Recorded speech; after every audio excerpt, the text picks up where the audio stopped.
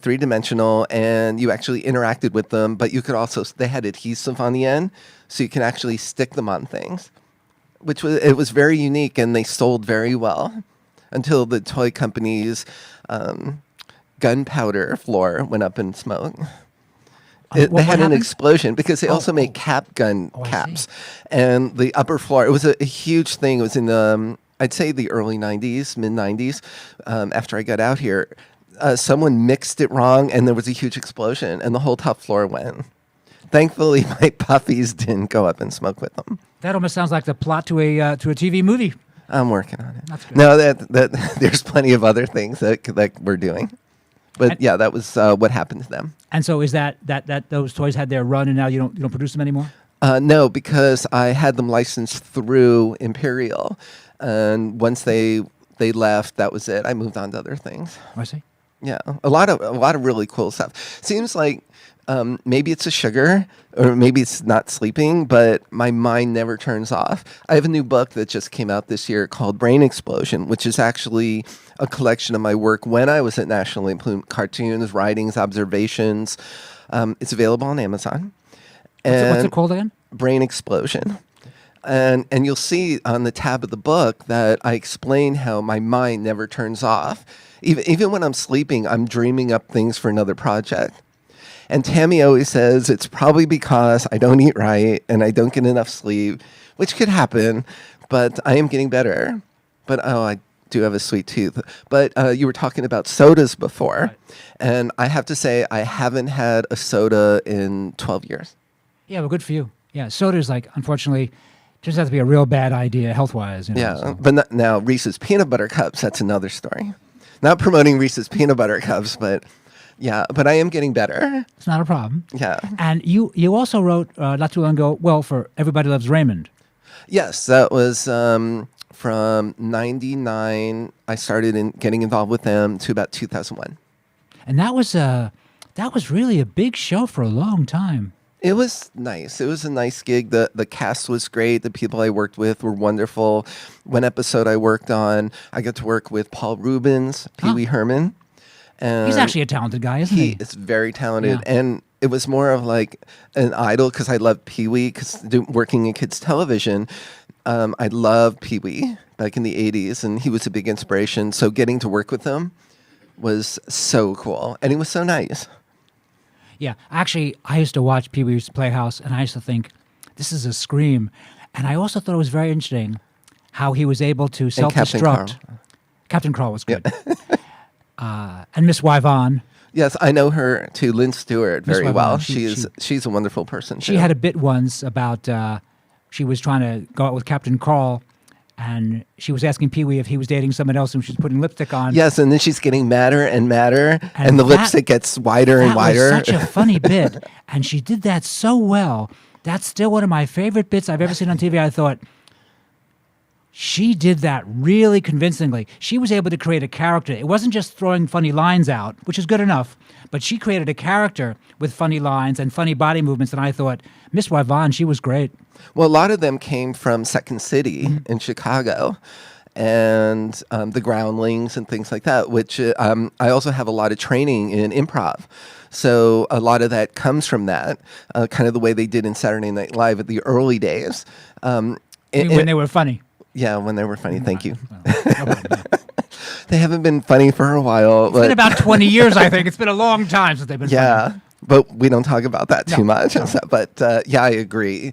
Comedy needs to get back to when it was funny, early days. Be a good concept. Yes. I'm on a new morning show for NBC with Gary Garver called Controlled Chaos, where we met. Yes. And that is hilarious. It's like, it's all off the cuff. It's very improv. We cover stories from anywhere. It's so politically incorrect. Blazing Saddles was a big inspiration. And this morning we had Ronnie Allen Rippey on the show, who's a good friend. Oh. And I created a show for him called Little Guns. And it's my spoof of Blazing Saddles, if you could think that you could spoof Blazing Saddles. Well, I think I accomplished it, and we're working on it. It's about a little person sheriff, and Martin Kleba from Pirates of the Caribbean is going to play him. Mm-hmm. And he's in the Old West, and he's just a total disgruntled little sheriff. And Ronnie's playing his African-American normal-sized deputy, but he talks more like modern society than the Old West. Think of Huggy Bear from Starsky and Hutch. Mixed in the Old West, and we're using all these old actors from the 60s and 70s as the town folk, and it's hilarious. So Sounds good the way you describe it. Oh, it's great, and he has to battle all the outlaws that come in, and we got people from Seinfeld in it, and Bewitched, and My Three Sons, and Kevin Dobson. So we're working on getting that done now. But Is that going to be a film? Right now, or a I series? wrote it as a short film / pilot for a TV show. But it's the kind of writing that we need more of, fun stuff. It's Right. like, even Raymond, which was great to work on, they're sitting in living rooms, they're talking, blah, blah, blah. And it gets boring to me. Some of, like, all this new stuff, all they do is just argue and are boring. I'm coming from the old style of comedy, like Bewitched, I Dream of Jeannie, F Troop. Everything was different. You can't look at a show now and think, oh, well, that's the same as that other show. I've so much wanted to like the new Robin Williams show, but they rein him in. It's like he's Mork. Let him be Mork in an ad agency. But they have Sarah Michelle Gellar on there, and I love her. As Buffy. But some actors aren't comedy actors. And it's Rain, Right. and then the supporting cast are just kind of talking around. And same with the Michael J. Fox show. I want to like that too because I love Michael J. Fox. But the dichotomy with the other characters and the writing, it's just kind of stale to me. There's nothing unique about it. Right. And I wish there was more of that. And that's what I'm trying to bring back. Plus, I do a lot of autograph shows, and I feel really bad for all the really classic actors that no one over the age or no one under the age of 30 has ever heard of, unless their parents talk about it. And they sell their photos for $20, and I feel really bad for them. I say, okay, I got to utilize these guys. Well, there is a lot of talent around, isn't there? There is a lot of talented people around who aren't necessarily working. And some of them are in great shape. I do see that. I see that here. But of course, in Hollywood, there's a lot of talent who never works. And if you're lucky enough to hit big with one project, and then maybe you have 2 or 3 great years, and then you don't really work again. Okay, but you had 2 or 3 great years. Right. It's very difficult to plug your talent in and have it be utilized. And emotionally must be very upsetting for actors not to be working because they're too old, they're too young, they're too short, they're too tall, they're too ethnic, they're too whatever. Someone chooses, you're wrong. That must be very painful every day to hear, no, you're wrong. I hear that and see that all the time with my friends who are actors from them. I mean, they become the lexicon of society and pop culture because they had a huge hit. And then to relegate themselves to just sitting at a table and doing that, and they're still funny and they're still great. And you know what? A lot of them keep themselves in great shape. I know some that don't eat as well as they should, but, you look at them, and thankfully a lot of them have great plastic surgeon husbands and stuff, which really makes a difference. But so that's your question. That if someone, you don't have to mention any of your friends, but so when someone has a big hit and they're become nationally, internationally known as comedians, why don't they just go on the road again as work as nightclub comedians or put together their own projects? Is it just simply some of them don't have the management skills, or they what is it? A lot of it is because of that. A lot of it is because no one takes them seriously anymore when they reach a certain age. And unfortunately, like in anything, ageism is still a horrible fact in entertainment. Right. And as in anything, it's like, these young people think, oh, because they're young, they have the pulse of what's big. And I'm so grateful now that there's new networks popping up like MeTV, Antenna TV, Pivot TV, that are actually utilizing more of the classic shows. Because you look at it, and I would put the old shows up against any of the new shows any day as to the quality is so superior from back then. There's fun, different characters, the stories moved, and they weren't just sitting around. So yeah, It's very difficult to achieve that, isn't it? It's very difficult to not only have funny lines, that's hard enough, but then to be able to create characters delivering funny lines. Dick Van Dyke Show. I mean, there are some F Troop.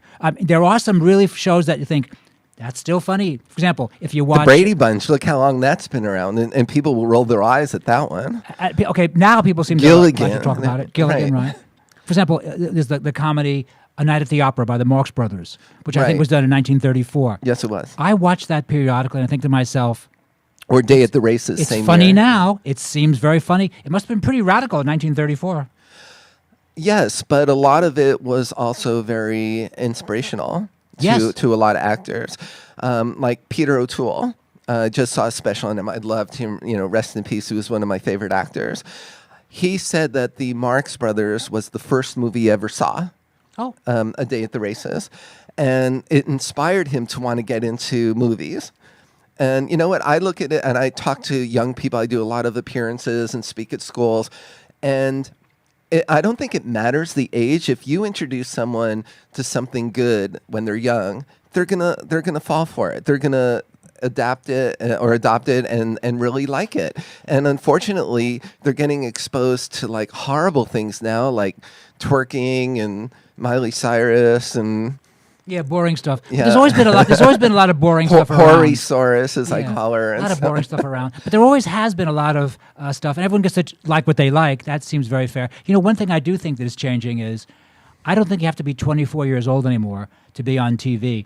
I think there's a big market for people who are much older now, and I think that market's Look at going to Betty expand. White. Look at Betty White in TV Land. Betty White and others, and I think the market is changing as the boomers get older.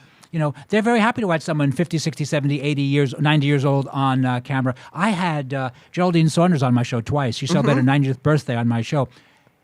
She was the first female cruise director, and she wrote a book called The Love Boats, which gave rise to the TV series The Love Boat that ran for 10 seasons. Right. Okay, now she's 90 years old. You might think, okay, at 90, and she bills herself as the world's oldest working model, because she still works as a model. She worked with Mr. Blackwell in the 60s and 50s. Okay. We used to call them Model Ts, but okay. Okay, that's right. That's right. But a group is putting together a play called The Love Boat about her life. They're going to do it in Vegas. It's a group with a big track record of doing musicals, and she's 90 years old, and she still writes the astrology column for Sidney Omar, who she was married to. He's been dead now 25 years. So she's 90 years old. She writes the astrology column. She's actively involved with things. She's a very careful eater. She eats zero sugar. Wait. See, I'm working on that. No, wait. If that wasn't Tammy's enough, getting me off that. in the 1980s, she I wrote want a to live book. to 100. She wrote a book on hypoglycemia in the 1980s when that was very controversial, and the book sold 1 million copies. So there's a person who has some amazing achievements in very diverse fields, and she's 90, and she's very clear, and she's great. So that's great. My book makes no mention of sugar, by the way. That's good. Yeah, We don't talk about bad things like sugar. but yeah, I mean, it's amazing. You look at Betty White, Abe Vigoda, all of those actors are still around. I had a deal for a show. Just Abe is not that old, is he? Oh, he's got to be close to that. I know I like to So- make fun about him being dead all the time, but he Well, that's the other thing. It's really sad. It's like, I mention names and people go, oh, is he still alive? And how insulting that is. yeah, it could be insulting. But, yeah. thankfully they go, well, I think someone said to me, are you still alive? And I'm like, yeah, I'm Yes, I'm really 80, but I look great for my age and stuff for all the sugar I take. But no, I have a show that I created called Against Type. And Against Type. Type, Against TYP. Type. And we shot the pilot and we used some older people, but it's also about, it kind of has a nutritional slant to it. It's about a guy who's a fitness trainer with an eating disorder. He's a chocoholic. Well, that's cool. And he's got his daughter trying to get him off sugar. And so we do mention, and this was before I met Tammy, but so it kind of showed that, and so I'm trying to get people aware, sort of peripherally that way, in a comedic sense, because we need more of that. And then I did have a show that we got a deal at TV Land for, with Gary Coleman. Remember him? I do. And another former child star named Mason Reeves, who I'm good friend. Now there is a person that could use some eating adjustments and stuff. But we sold the idea to TV Land. It's about two former kid actors that meet at a Where They Are Now show, like an autograph show, and they solve a crime because someone has one of the other people's jewelry stolen. And so they solve it, That's a and good premise. and then decide to open up a detective agency, but in a very comedic way. And I don't know if I could say this, but our working title for cable was Little Dicks. And You can say that on. You can say that, David. No problem. but it's called Little Dick Detectives. And so for TV Land, we changed it to Small Problems, and they loved it. And Good for you. and then Gary gets killed. You know, he falls down the stairs, and it kind of killed the deal. And then they opted for.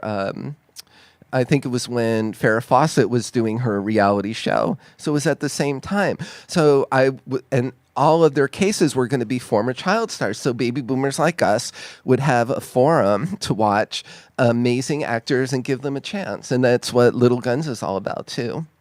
It's just giving former actors a chance to act like they should. Right. Talented people get a chance to be on stage again. Yeah. And we are in shape. Like Tammy says, I walk all over the place. And Walking's great for you. yeah, I bump into walls. Like you said before, you could walk through walls. I can. I can walk into them. That's good. I fall down painful, a lot. but it's it's very painful. I'm the clumsiest person you can imagine, and maybe it's my diet. Maybe if I ate better, I wouldn't be so clumsy. And let me ask you a question about men and women that you are friendly with who have achieved something that most of us never have achieved.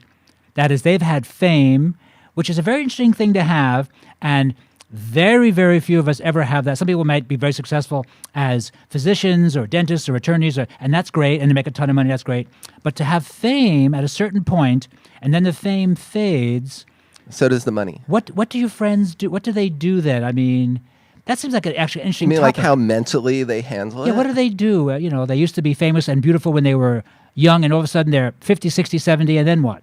Well, a lot of them, as I said, they just, they crave the fame. It's like an addiction when you become famous. And I think it would happen to anybody, even a famous doctor or a famous attorney who gets on TV, which is why Gloria Allred probably loves what she does, because she's, always trying to get on camera. Yeah, I find it interesting now that, years ago, if you're an actor on stage or a singer, Like you're reality show famous. people. And now you have famous plastic surgeons. I'm thinking, Right. really? Or chefs. Really? Or as- chefs, right, yeah. I think reality shows are also kind of killing a lot of opportunity for real actors. And I talk to my friends about it all the time, that there's all this space on all these new networks, and they're not doing anything because they're using reality shows like that Duck Dynasty guy. Because they're cheaper? Well, the shows are cheaper to make, and it's less production. You can shoot a show a lot faster, with less crew. But still, it's kind of pathetic. And I'm thankful now there's these other networks that are doing it. But in answer to your questions about all these others, not all of them handle it well. A lot of them get depressed. A lot of them, go into drinking. A lot of them just kind of disappear, and you never hear from them again. And it's because of, when the fame goes, their addiction, there's nothing to feed their addiction. So they find another addiction. Fortunately, because I work in a lot of different capacities and I believe in my work, that I never turn off. And Well, you're lucky. You get to really be kind of a creative guy, kind of behind the scenes. So you could be 99 years old. If you're still funny, they still hire you. yeah, like a lot of Jewish comedians. I wonder if 99 Christian comedians would be able to handle things the same way. I'm pretty sure they could. Yeah. By the way, when I saw the pictures, I never saw Duck Dynasty on TV, but when I saw pictures of the guys, at first I thought it was a picture of ZZ Top. I didn't. A lot of I people didn't, thought that. What is this? These bozos with these outfits, but. Oh well. Well, I guess there's a ZZ place for Top's everything. more talented. They'd probably Much more People talented. are saying, "Oh, they're insulted now because Duck Dynasty is so huge." Well, it just shows the humanity that's watching it too. But thankfully, there's a lot of other things that are going on that aren't Duck Dynasty. Right. But now I'm seeing it at the supermarket. They've Duck Dynasty candy. Oh really? Yeah, it's made of duck turds, but it's still a candy. Well, so it's not vegetarian then. Okay. No, absolutely not. Yeah, we don't want to punch them around too much. It comes but with a although free they deserve whistle. it. and stuff. They deserve it. But you find hair in it. That's the problem. Beard hair, and Yeah, that's disgusting. it is disgusting. Although some people would say that's healthy. And so this detective show that you had, which sounds like a great Yes. premise. Oh, it it's such a cool Just idea. because unfortunately one child actor passed away, Right. aren't there many child actors that could? Well, do it has a to good be job? kind of we wanted the black-white thing, like the I Spy kind of thing in a comedic Oh, yeah. sense. So we were looking around at other actors that could pass for a companion to Mason, and the only one we're thinking of now is Emmanuel Lewis. Oh, I see. Yeah, remember him? Yes. And he lives, I think, in Georgia or North Carolina now. So we're trying to reapproach it. But I've kind of moved on from that project to a lot of the other stuff that we're doing. I'm now on a show for China called American Stars, and I'm one of the celebrity judges. It's kind of like America's Got Talent for China. Now, excuse me. So I know you've mentioned that before. So in other words, you say this is broadcast in China. And in America on ICN's America Network. It's the biggest Chinese network in America for Chinese Americans, and they have an English-speaking channel, which is funny because we're on this English-speaking channel show, and I don't speak Chinese, and yet 90% of the people who audition are Chinese, and they're singing there, and they're talking, and the host is talking to them in Chinese, and the camera's on me, and I just look over at the judge next to me because there's only a few American judges. The rest are all Chinese, and I go, "What did he say?" And the camera's on me, and I'm wondering what they're thinking. I'm going like, and I just nod when they talk on stage, like I understand everything they're saying. They could be saying, "Oh, yes, I was inspired by going to the bathroom," and I'm going like, "Oh, that sounds great." I have no idea why. And they So hired it's you really because you're just funny on camera. yes, I was referred. So I met them in Vegas, and yeah, they said, "Please come on the show."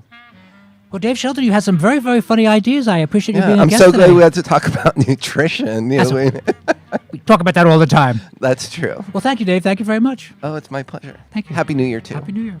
You're listening to Here's to Your Health on the LA Talk Live Broadcast Network. I'm your host, Josh Lane. We're going to take a short break, and we'll be right back after these important messages.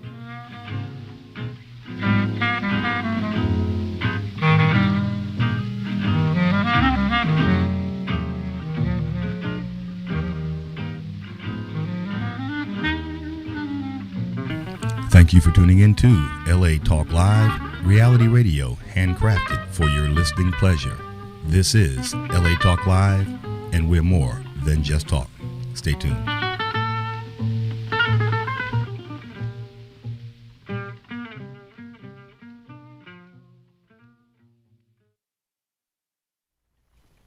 Hi, this is Susie Pruden.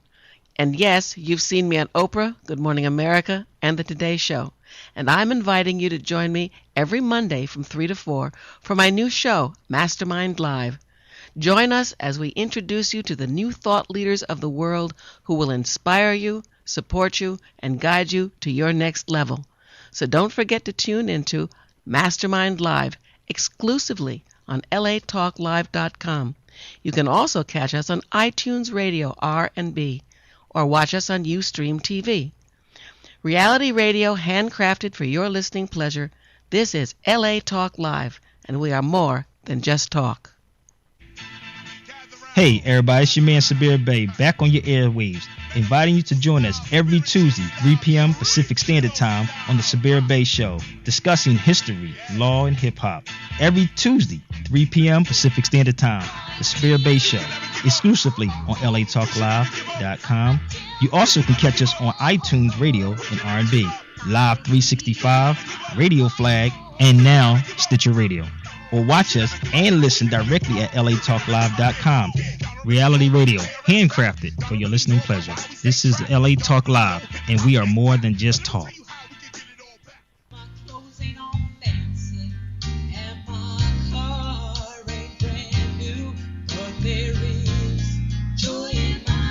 Hello, I'm Joel Ramirez And I'm Lolita Robinson Coppage, and welcome to Joy in My House on LATalkLive.com. Inspirational radio, with a touch of recovery. a reality show where nothing is left unsaid, And no one is insignificant who says it. exclusively on LATalkLive.com. You can also catch us on iTunes Radio R&B or watch us on Ustream TV.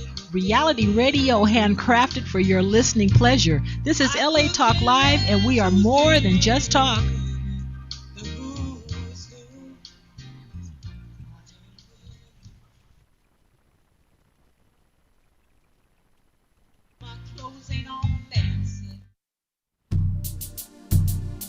Hi, this is Barbara Perkins, inviting you to join us every Sunday afternoon at 2:40 for Sisters at the Well Radio, a conversation with women about women.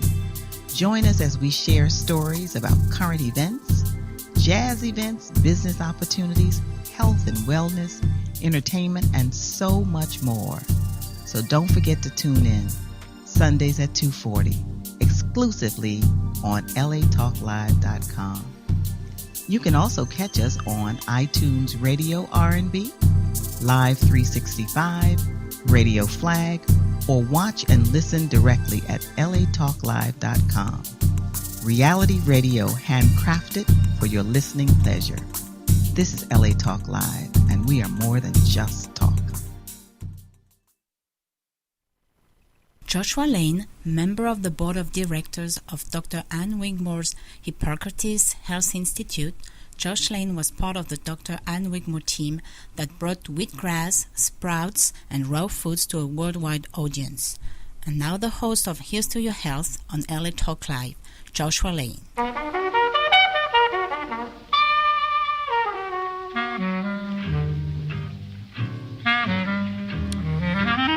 We're back. Thank you for tuning in to this edition of Here's to Your Health on the LA Talk Live broadcast network. I'm your host, Joshua Lane.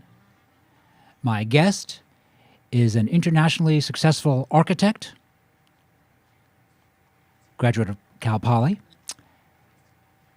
who has retired from being an architect, from being in the building trades, and wrote a book or has a guide for wellness, for better living for us. And as this is the last day of the year of 2013, I thought this idea on wellness was very important. Dassel Masaka, if I pronounce it right, is it? Mashaka. Mashaka. I was very close.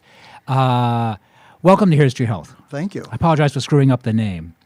You did something a lot of people really can't do. You were very successful in one area of expertise as an architect, and you were internationally prominent? Well, I actually was an architectural manager and construction manager, so I manage large building programs around the world and here in the United States. What did you build, can I ask? Well, in the Middle East, I built 7 new towns. 7 new towns? 7 new towns. Well, that's an accomplishment. 7 new towns. 7 new towns. Wow. It was the largest project in the world at the time. And also, if you ever go to San Francisco, the high-rise mall adjacent to San Francisco Center, the old Emporium, they've made it into the Bloomingdale's Mall, the high-rise Bloomingdale's Mall with the beautiful dome that we preserved. And that was one of my projects as well. Wow, good for you. Good for you. Now, architecture is, it's very competitive, is it not? It's a very competitive field. Yes, but I chose, at Cal Poly San Luis Obispo, they encouraged us to do more than just one thing in the industry. So I actually did more than just architecture. I actually did program management and construction management, where I'm not just trying to compete as an architect, but also compete to build large building programs. So in other words, you would design and then implement, made sure everything was done properly. Make sure everything was done, manage the whole process from beginning to end, including managing the engineers, the contractors, and the whole process. When you build 7 towns, 7 new cities, and where was that again?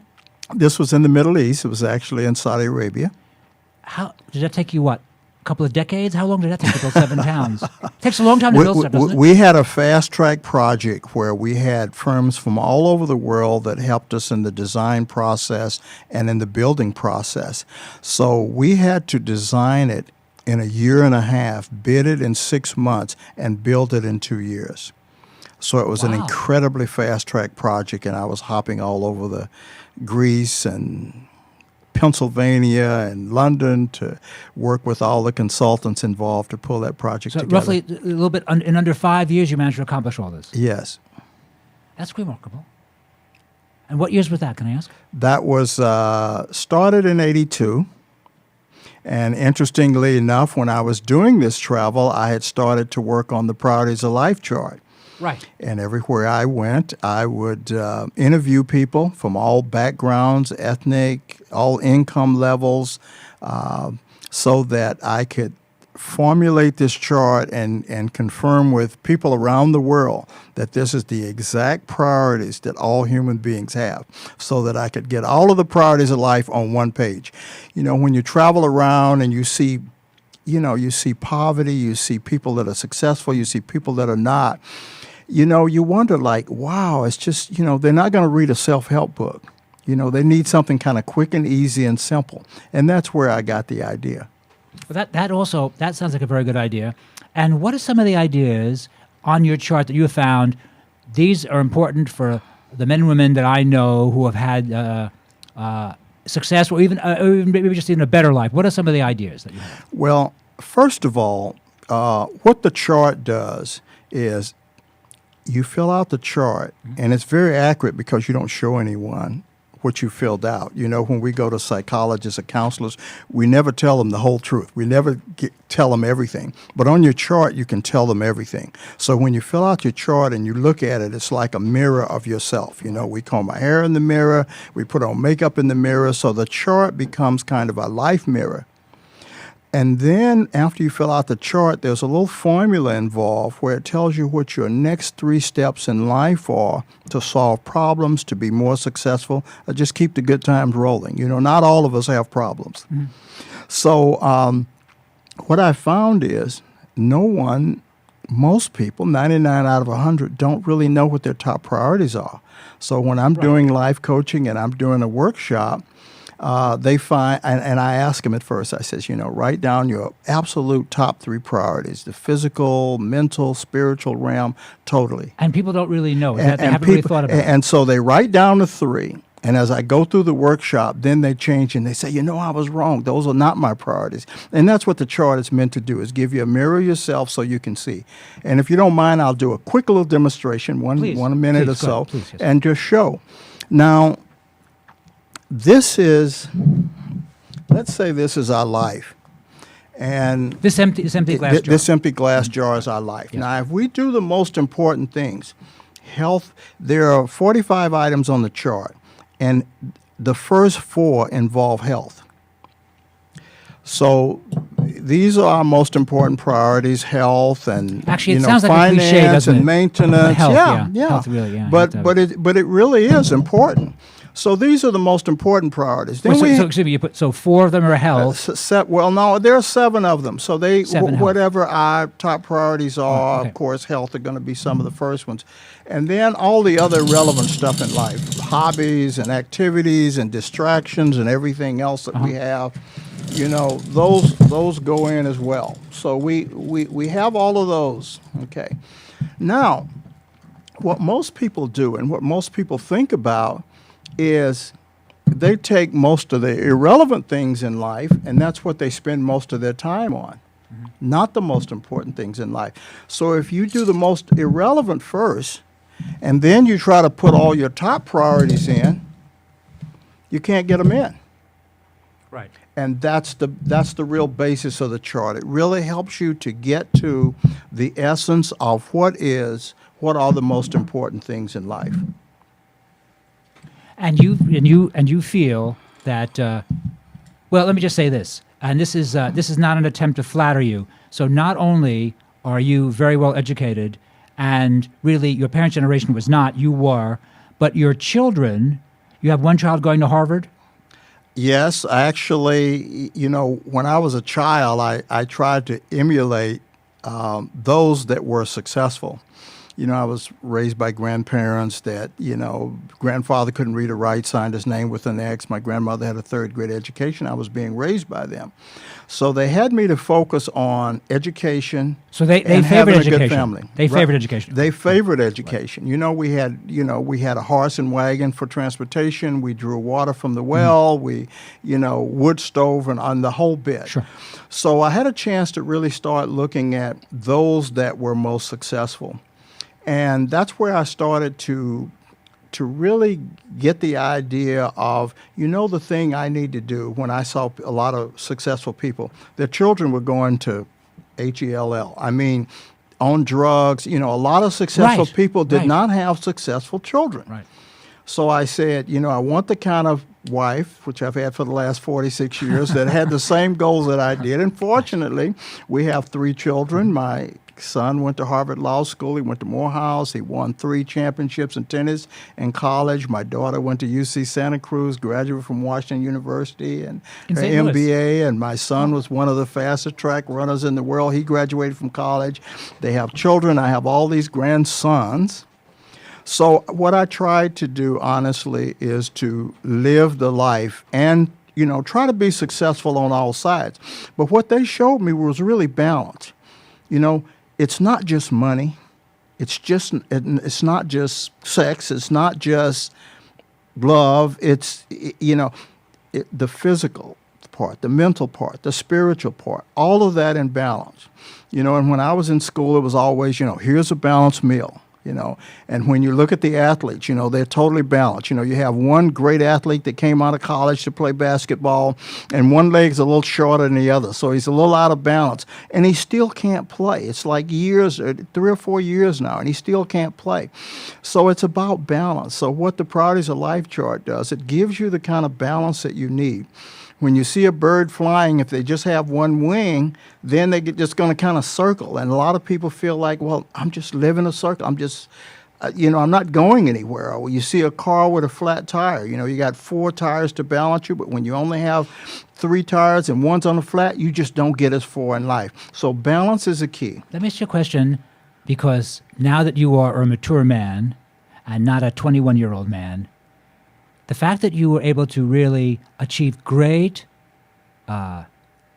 intellectual, because after all, architects are intellectuals, so you actually achieved great intellectual success as an architect, and of course you could still be working as an architect when you're 94. Didn't Philip Johnson work till he was 94? Absolutely. So that's the thing about architects. I mean, like, hey, if they like you, you don't have to be 21. It's not like playing football. Your body falls apart. You can be working when you're 90. So you've been successful for your thinking, as successful as a business person. And how did you translate that into your children being successful? Because that's very difficult. Of course, the children are not you. So they have some of you in them, but they have all their own things that they bring to the table. How were you able to transfer these ideas to the children so successfully? Well, I believe it's because of the balanced approach in Priorities of Life. You know, I started working on that in '82, and the 2 younger children were in the Middle East and Europe with us. So the kids were with you? They were Right. with us. Okay. The 2 youngest ones. The 2 oldest ones. So I was working on this. And I started to realize that, you know, and looking at other children, and, you know, I had looked at successful people and how some of them have successful children and some of them don't. Right. So what we decided to do was really focus on a balanced life, you know, your physical body, your health. We had them all play sports. We had them all understand nutrition. That was first. And then we had them understand that in order to maintain your life, you need a job. I mean, I had jobs since I was 6 years old, picking up bottles, which we now call recycling, and working in the kitchen when I was in high school. So we showed them that all jobs are important. So because they maintain your, you know, you can buy food, you can do the basic things. And then on the mental side, it's important that you are intelligent, that you have a good mind, that you think, you don't just listen to others. And I think that was very important. Also, there's a spiritual side. We all have a spiritual side, you know.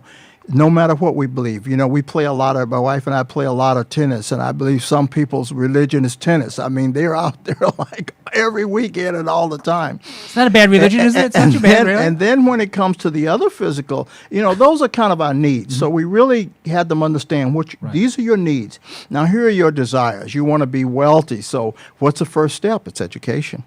Right. It's apprenticeship. Right. It's getting to know people with contacts.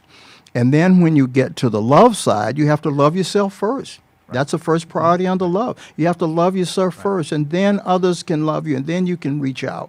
And how important family is. I mean, they love family reunions. They love all of that.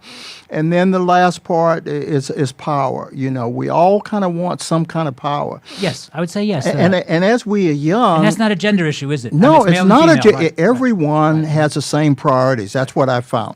So in I agree with terms you. of power, when you're young, you want one kind of power. when you're my age, you look at the grandkids, and that's going to be my new power. I'm putting myself into them. I'm reproducing myself. Right. Well, that's actually, that does seem very thoughtful. And your children, well, the children all speak a couple different languages? One of them does. They all speak a couple of languages, but now that they're older, it's like we're back in California. It's kind of English or Spanish now. Well, yeah, English and Spanish are certainly good. What, did they learn to speak Farsi or something when they were raised? No, they learned to speak a little Arabic, just a touch of Greek. Oh, that's very nice, isn't it? That comes in handy at parties. That's very good. Right. That's very good. Oh, my goodness. And was there a particular book that you read on motivational thinking or emotion that you read maybe in college or after college that was the foundation for your chart of life success? What were some of the books that you really like? All right. Los Angeles couple, the Durants, who wrote all the history books, the Renaissance, and all of those books. And you go on the library and you see all these big, thick books, And then they wrote a book at the end of their career called Lessons of History. And it's 100 pages. Just this little book that's 100 pages. And that's everything they say they learned. And that had one of the greatest impact on me. Did you read that in college or before college? I actually read that just after college. And then when I was right after college, I read Passages. And I had already the Sheehy book? Passages. Oh, I remember that. Oh, yeah. It told you about the different phases of your life, the childhood, the teenage years, young adult, middle age, and that stuck with me. And I would make these notes, for years before I started traveling abroad. I made all these little notes. I would be in the car and I'm thinking and I'm making a little note. And when I went overseas, I took this box of notes with me. I said, I haven't seen these notes in like 15 years. Let me take them with me. And I started laying those out, and that's where it started. These relate to physical. These relate to health. These relate to mental. These relate to spiritual. And that's how I got the categories from those notes. That's actually, because when I have people on my show who are wellness teachers, teaching Ayurvedic or macrobiotic, whatever they're teaching, I always ask them, well, who did you read? Who influenced you? Because obviously that's how we add to the literature. That's how we add. We read early people that we respect, hear them lecture, use their ideas, and then maybe add something of our own and push it forward a little bit. And I think that's in the theater as well. You read Shakespeare, then you base something on Shakespeare, and you make a new play based on maybe his framework. So Will Durant is certainly great, and the Gail Sheehy book was like, I do remember when that came out. I remember that in paperback. Right. I think maybe my mother or father had a copy of that too as well. And have you met with success with this? Yes. I just published it last December. I first developed the chart in 1984. It was actually, I had about almost 3 years of work on it. And I actually developed it in 1984 to be used by counselors and mentors and life coaches. They didn't call them life coaches then. No. And they've been using it. A lot of people have been using it all these years. And then when I retired, I said, I want to do the book, Proud as a Life Defined My Future, which Dr. Elaine K-Beck is PhD in psychology. And so I got her to co-author it with me, and hopefully it comes out later this year. But the one thing that I saw was that now you go in the library to look at self-help books, and there's like thousands. Like, which one do you choose? And then they really are. It's an industry now. Right. Yeah, really and then young adults, when they go off to college, leave high school, and the parents want to give them, some of them give them a book, but they don't have time to read it. So I said, let's make it simple. Let's put it all on one page. Well, the one-page thing of basic ideas seems very important. May I ask you a personal question? What prompted you to retire from being an architect or having your own construction? You had your own construction firm too? I did have my own construction company at one time. You didn't want to work 7 days a week anymore? Basically, I wanted to do more of my hobbies. I wanted to play more tennis, which, I play in the men's 40. I'm not going to tell you my age, but I'm 30 years older than that. Yeah, you're about 70? I'll be 70 this year. Yeah, so 70 is actually pretty young for a healthy guy. It's pretty young. So I play in the league with the 40s and above, and I'm the number one singles player on the team. Okay. So I wanted to do that. I was an artist as a kid, oil painting and what have you, and I never had a chance to do much of that because you're busy working and taking the kids to soccer practice and tennis practice and what have you. I also like to write. From the time I was a kid in the country, we lived so far away from other people's homes, until the grandparents had to get a house in a little community where there was a school because there was no school. We were so far away. And where were you in Oklahoma? Where were you? This was in Boley, Oklahoma, a little small town halfway between Oklahoma City and Tulsa. But we were not in Boley. Boley is a town. We were out from the town. We were like 2 miles away.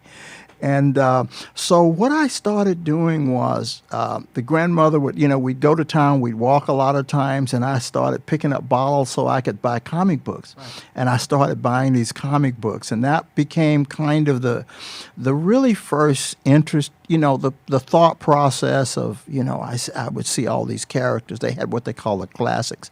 They don't have those anymore. They had Moby Dick, and they'd have Man in the Iron Mask and those kind of things. I do remember those.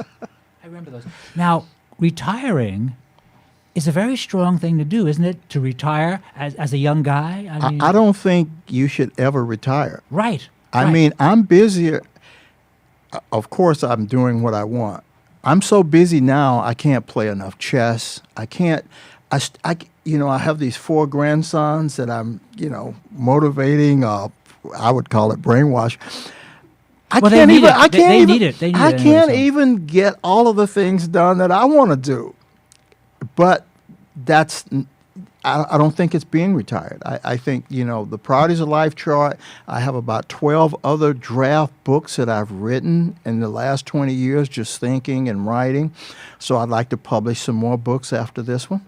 So I don't think you should ever retire. My grandfather actually passed when he was 96 years old, 96. healthy as he could be. He went hunting in the morning and fishing in the evening. And I mean, he's walking some distance, and he was 96. Yeah, 96 it's a nice age, and I think almost all of us, if we just are good to ourselves just a little bit, can actually make it to that lovely age. And I think we can make it. We can do way better than that, I think. I think a lot of us are going to do way better than 96. The only problem that's not science fiction. The only problem is there's so much junk, scientific, chemical, developed formulas for this and for that. So we're really taking in a lot of unnatural things. Oh, yes.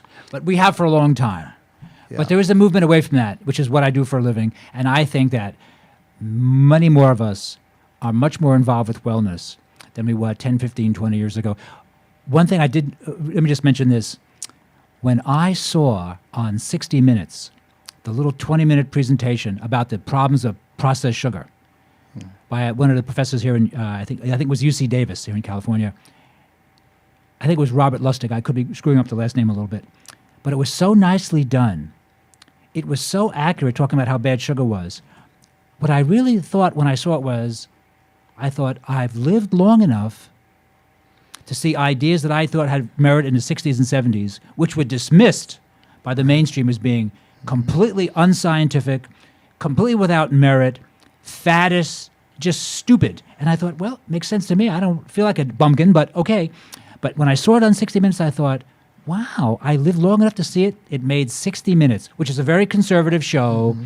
That's not a put down. That's just an observation of 60 Minutes. Mm-hmm. And I thought, wow, things really have changed for the better. So I am not a Pollyanna. I think many of us are much more alert.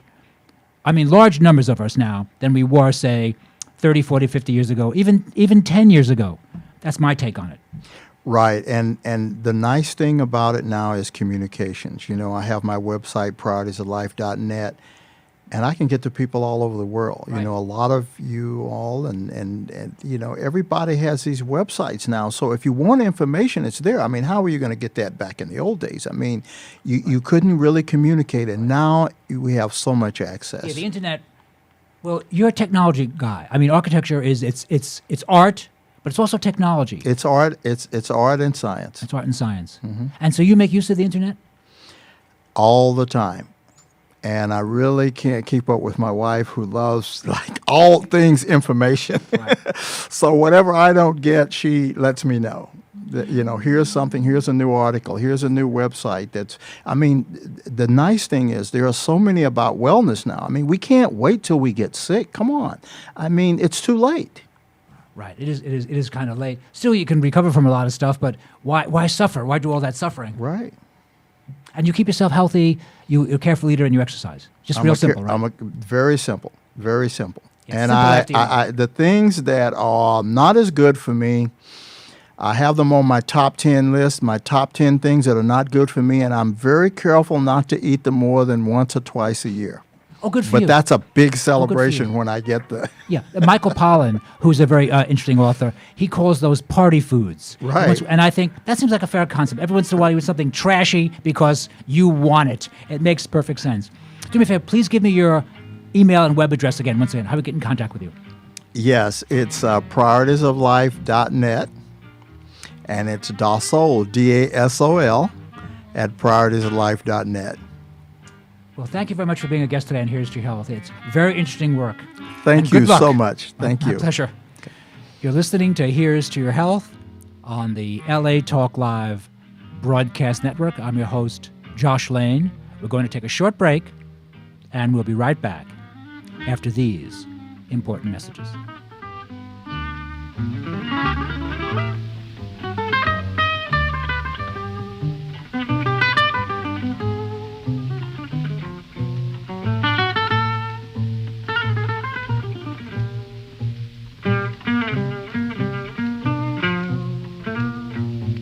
You are now tuned into LA Talk Live. We're more than just talk. Don't go anywhere.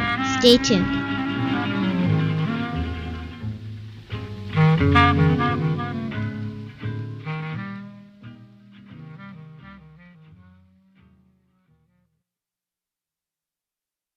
Hi, this is Starlet Quarles, and I'm inviting you to join us every Wednesday from 5 to 6 p.m.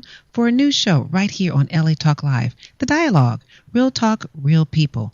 Join us as we discuss the topics that are relevant to today's generational leaders. So don't forget to tune in to The Dialogue, Real Talk, Real People, every Wednesday from 5 to 6 p.m. right here on latalklive.com. You can also catch us on iTunes Radio R&B, Live 365, Radio Flag, and now Stitcher Radio. Or watch and listen directly at latalklive.com. Reality radio handcrafted for your listening pleasure. This is LA Talk Live, and we are more than just talk. Hello world, how you living? This is Dee Brex, your host of the all-new rap project here on LA Talk Live. That's latalklive.com. Or you can find me on iTunes Radio in the R&B section. That's the Rap Project, every Wednesday at 7 p.m. Pacific Standard Time. That's Wednesdays at 7 p.m. West Coast time, so don't be late. On the Rap Project, I will be playing the very best of rap and hip-hop that goes beyond the ordinary. So connect with me, your host, Dee Brex, the rap connoisseur, on the Rap Project every Wednesday at 7 right here on latalklive.com, where we are more than just talk.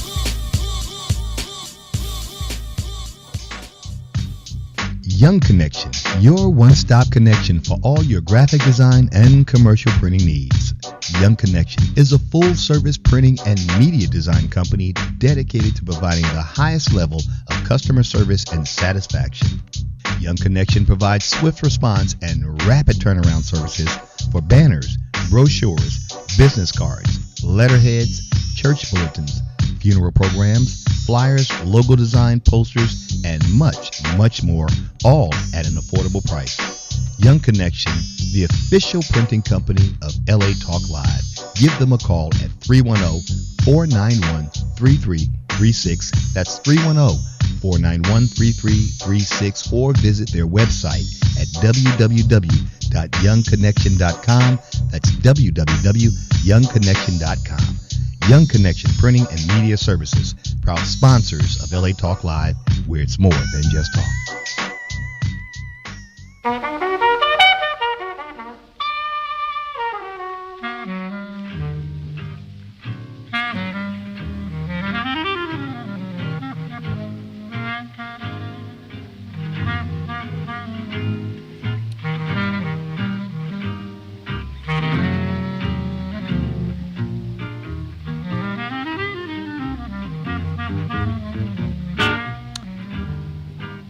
we're back. Thank you for tuning in to this edition of Here's to Your Health on the LA Talk Live broadcast network. I'm your host, Joshua Lane. It's the last day of 2013, and for my wellness show, I thought we'd do something with chocolate. And my guest, Adeline Arjad, which is French. It is. It's French. Has lovely, good quality chocolates that are cleverly packaged with a little bite out of them, bite of chocolate. And welcome to Here's to Your Health. Thank you. Now, everybody loves chocolate, but why should I eat chocolate? Sorry, everybody loves chocolate. Why should I eat chocolate besides the fact it tastes great? Well, this is how I started my company, chalkbite.com, in 2009. Yes. What had happened was 2006, I quit smoking. I had been smoking since I was 16 years old. Born in England. People smoke a lot in Europe. And in 2006, when I quit smoking, I put on an awful lot of weight. Right. 50 pounds. Wow. Yes. So I was focused on just staying off the cigarettes, and I didn't really worry about the weight at the time. But a year later, I decided, okay, I don't crave cigarettes anymore, so now it's time to get fit again. ChalkBite was created as a result of reading a book called Mindless Eating. This book was a fabulous book. The premise of it is just eat 10% less than whatever you're eating now. That's all. And what it did, it made me conscious, very conscious of what I was eating. And so in order to eat 10% less, I had to figure out what I'm eating right now so that I can remove that 10%. So I downloaded a free app called Lose It on my iPhone. And Lose It is a way to track your calories, essentially. And, you know, I got used to knowing how much 3 ounces of fish was, or, 6 ounces of broccoli. And I was kind of surprised by some of the calories that I thought were, quote unquote, healthy. But I'd go into a place like Starbucks, for instance, and get a bran muffin. And I had no idea that thing was 700 calories. Right. No idea. I thought, oh, bran, fiber, good for you. Right. And it was packed full of sugar, which is awful for you, yes. And fat and wheat and all of the horrible things. I mean, it's even worse than soda pop, I think, is a big muffin. So I started trading little things out. However, I wasn't having success losing weight because it was difficult to stay within the calories as I was supposed to have to lose a couple pounds a week. Waiting the whole entire week to weigh myself was too long. I needed more of a daily reward.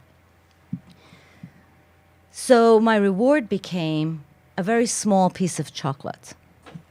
60 calories. Seems like a fair thing to do. Yeah, very fair. small. At the end of the day, if I stayed within my daily calorific intake requirements, I would have one little piece of chocolate.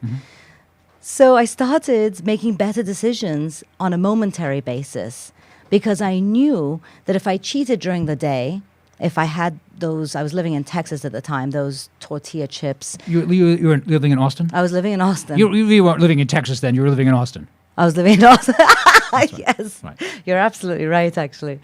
I'm not casting aspersions about the rest of Texas, but Austin, luckily, is a great town. You know what I mean? It is a great town. And they are anti-smoking and very healthy over there. Yeah.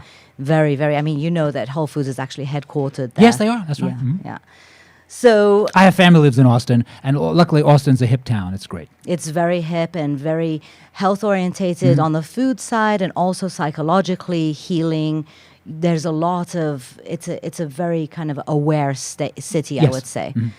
So and Lance Armstrong. I mean, a lot of sports going on and fitness over there as well.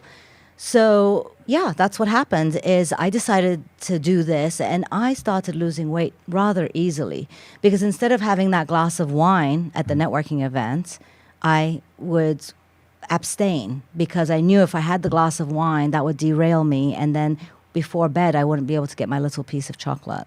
Gotcha. So I substituted. I stopped eating the baked goods. I didn't, no more soda. You know, I only drank water and tea. And, you know, I slowly started seeing differences, not only in my weight, but my energy level, my women have yeasty issues if they have too much yes. sugar and things like that yes. as well. And that was one of the biggest changes in my body. I was like, wow, I'm not having female problems anymore. So you made the connection between eating sugar and female problems. Yes. 'Cause there's a major component there. Yes. And I don't think people know this. I think they do not. It's not really talked about. It's a little embarrassing. You really don't want to talk about that in public. But the truth is that we should talk about it. Well, on a wellness show like this, actually, we do talk about it. I mean, at a dinner party, maybe you don't talk about it. But here it's appropriate. It's appropriate here because a lot of people really had never made the connection. So they listen to this show on the LA Talk Live network, and they think, we didn't know that. We never heard that before. Yeah, it's really important to understand your body on all levels. And food is the biggest gift you can give yourself. I think that the reason I'm able to eat, people say, oh, well, if I open that chocolate bar, the chocolate bar has six cavities, they call it, which is kind of funny because chocolate causes cavities. That's true. But the cavities are the little... Is that the correct term? Yes. I see. You see, if you look on the back, it has six little... So you break it into 6, and that's one piece a day. One piece is about 60 calories. And of course, dark chocolate is much better for you than milk and white. And the reason for that is this I call it choc black, is 74%. Right. And the 74% chocolate, what that means is it's 74% cocoa butter and cocoa solids. So that means that 74% is real chocolate. The rest of it is vanilla. There's a little bit of soy lecithin, tiny bit, just for preservative. And it acts as an emulsifier, doesn't it? Yeah, an emulsifier, and there's sugar. So if you have, I have a Choc Dark, which is 58%, so that has more sugar in it. And then my Choc Milk is, I think it's 36%, so that has even more sugar in it, but also has the milk powder. So if you're vegan, you're not going to have that one. And then the white has even more sugar in it and milk. And then it has the cocoa butter, but not the cocoa solids, because the cocoa solids is what causes the dark color. I see. Okay. I did not know that. For me, I don't have a problem with sugar. So, likening it to an alcoholic. Some people, if they have a little bit of sugar, it's going to catapult into too much sugar that day. Yes. Those people should absolutely 100% never touch sugar, processed sugar under any circumstance. Luckily, I have the ability to have one little piece as a treat, as a reward, and at least the chocolate, the 74%, has some great properties also. It has, cocoa butter is good for you. As you know, healthy fats help you metabolize vitamins better. And one of the biggest problems in the 80s was the low-fat fad, which became the high-sugar fad. And also... Yes, it did. You're right. And I feel, and I've read, that this dementia, Alzheimer's situation could be as a result of the vitamins not being delivered to our brains. Hardening of the arteries to the head, right? Impaired blood flow, problems with memory, right? I think so too. Little bit of good fat. Now, should you have an avocado or should you have a Choc Bite? I would say an avocado. If you can have half an avocado with a little lemon juice on it, that's fantastic. But if you are going to treat yourself, choose a fantastic treat. Choose something that is going to satiate you. Get present with it. Don't just eat it while you're watching TV or something. Get present. Tell my viewers what that means. My chocolate comes with instructions. It's the only chocolate, I think, in the world that actually comes with instructions. And the reason for it is people get present with their wine. If they're drinking a $100 bottle of wine, they will sit down and look at the color and swirl it around. They'll smell the scent. They'll engage all of their sense, their eyes, their nose. They'll swirl it and listen to it swirl and see the sticky gooiness on the glass. And then they'll put it in their mouth and they'll just swill it around. They won't even swallow it yet. And they'll just swish it around in their mouth and they'll smell it backwards, I call it, from the nasal passage from the other way. And then they'll let their taste buds get a little scent of, and then they'll swallow it. And so it's very interesting that we treat wine that way, but we don't treat food that way. And imagine if I'm not a religious girl. Tennis is also my religion, but I do, when I'm being conscious. This is not every meal, and I would love it to be, but I do say, thank you for this food. Please allow it to I can't say it now because you're listening. I say it in my head usually. Please let this food nourish me spiritually, physically, and emotionally so that I may be best in service to all those around me. And really, it's not about saying thank you to somebody else. I'm just getting present with my own food. And when you get present and you engage all your senses, you get to feel your body. You get to really listen to what's good for you, how much you should be eating. You get satiated if you really enjoy your food faster, and you won't overeat. I truly believe that the reason people overeat in fast food restaurants is because they're not getting present with it. They're eating as quickly as they can. And because of the low nutrition of a burger, a fast food burger, your body's not getting satiated, and therefore you eat more and more and more and more. And it's unfortunately a little known fact that if you eat high quality food, you don't need to eat as much. Right. The minerals, the vitamins, and taking supplements is very helpful. I'm obsessed, and I mean obsessed with turmeric. If you Facebook friend me, you will see I actually take pictures of all the ways I use turmeric in my foods. Okay, now, turmeric is a is a spice. It's become reasonably popular now. But why don't you tell my listeners why you think turmeric, how do you pronounce it? Turmeric, I don't know. Am I pronouncing it correctly? I think you are. Why do you enjoy it, and what do you know about it? Well, in Farsi, I was born in England. My family are Iranian. In Farsi, it's called zarchube. Repeat that one, Sam. Zarchube.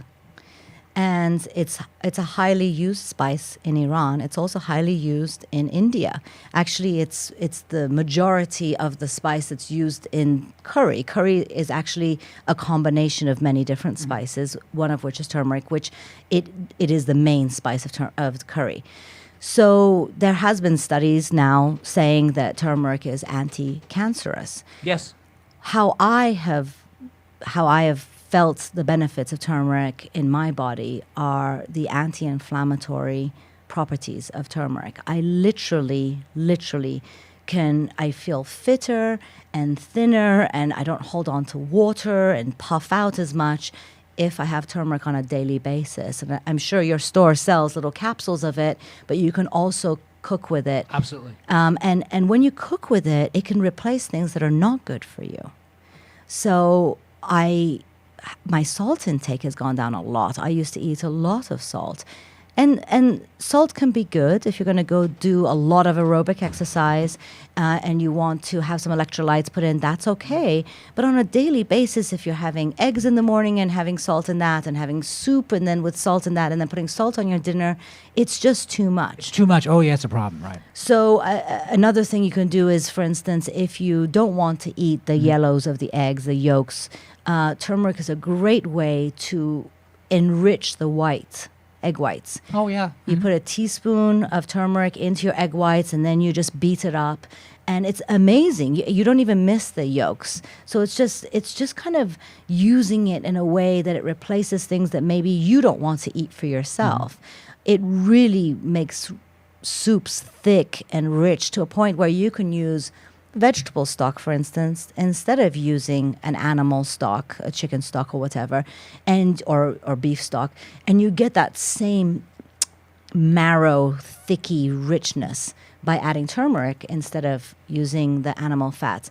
So I use it for breakfast, lunch, and dinner when I can. It's a great, for instance, I love fried eggs. I just do. And so what I do now is I put a little bit of coconut oil with some turmeric and let that melt, mush together. Mm-hmm. And then I put my egg over easy into that contraption, and it's delicious. Well, those sound like good things to do with turmeric.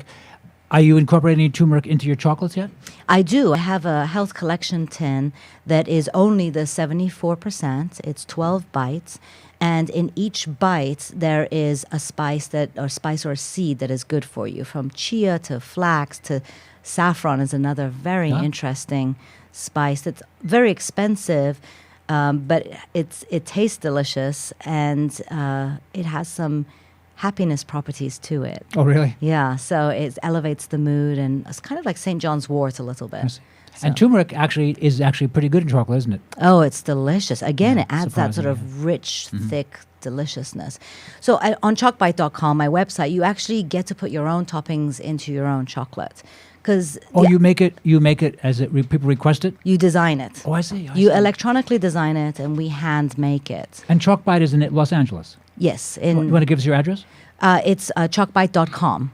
It's just online only. I see. Okay. Because it's a custom chocolate company, you Oh, I actually see. design it online. We make it in Los Angeles, and then we either hand deliver or ship it to you, depending if it's going outside the city or not. If it's in the city, we hand deliver. If it's out, we ship. We ship to New York and all over the place. And Chalkbites, what is the shelf life on your delicious chocolate? Well, it's the actual. If you just get the chocolate by itself, it's 2 years because it's kind of like honey. It's cocoa butter. There's nothing in it to go off. You do not refrigerate good chocolate. Oh, I did not know. Yes, because the humidity and the chocolate do not get along well at all. But if you have nuts and things like that in it, I suggest within 4 months to eat it. However, we do something that I stole from Macrobiotic Cooking. They actually kind of pray to your food while they're breaking the lettuce with their hands in good macrobiotic restaurants. And what we do in my kitchen is we actually sing to the chocolate. I believe sending good energy with the chocolate is a good thing to do if people are going to be ingesting this treat.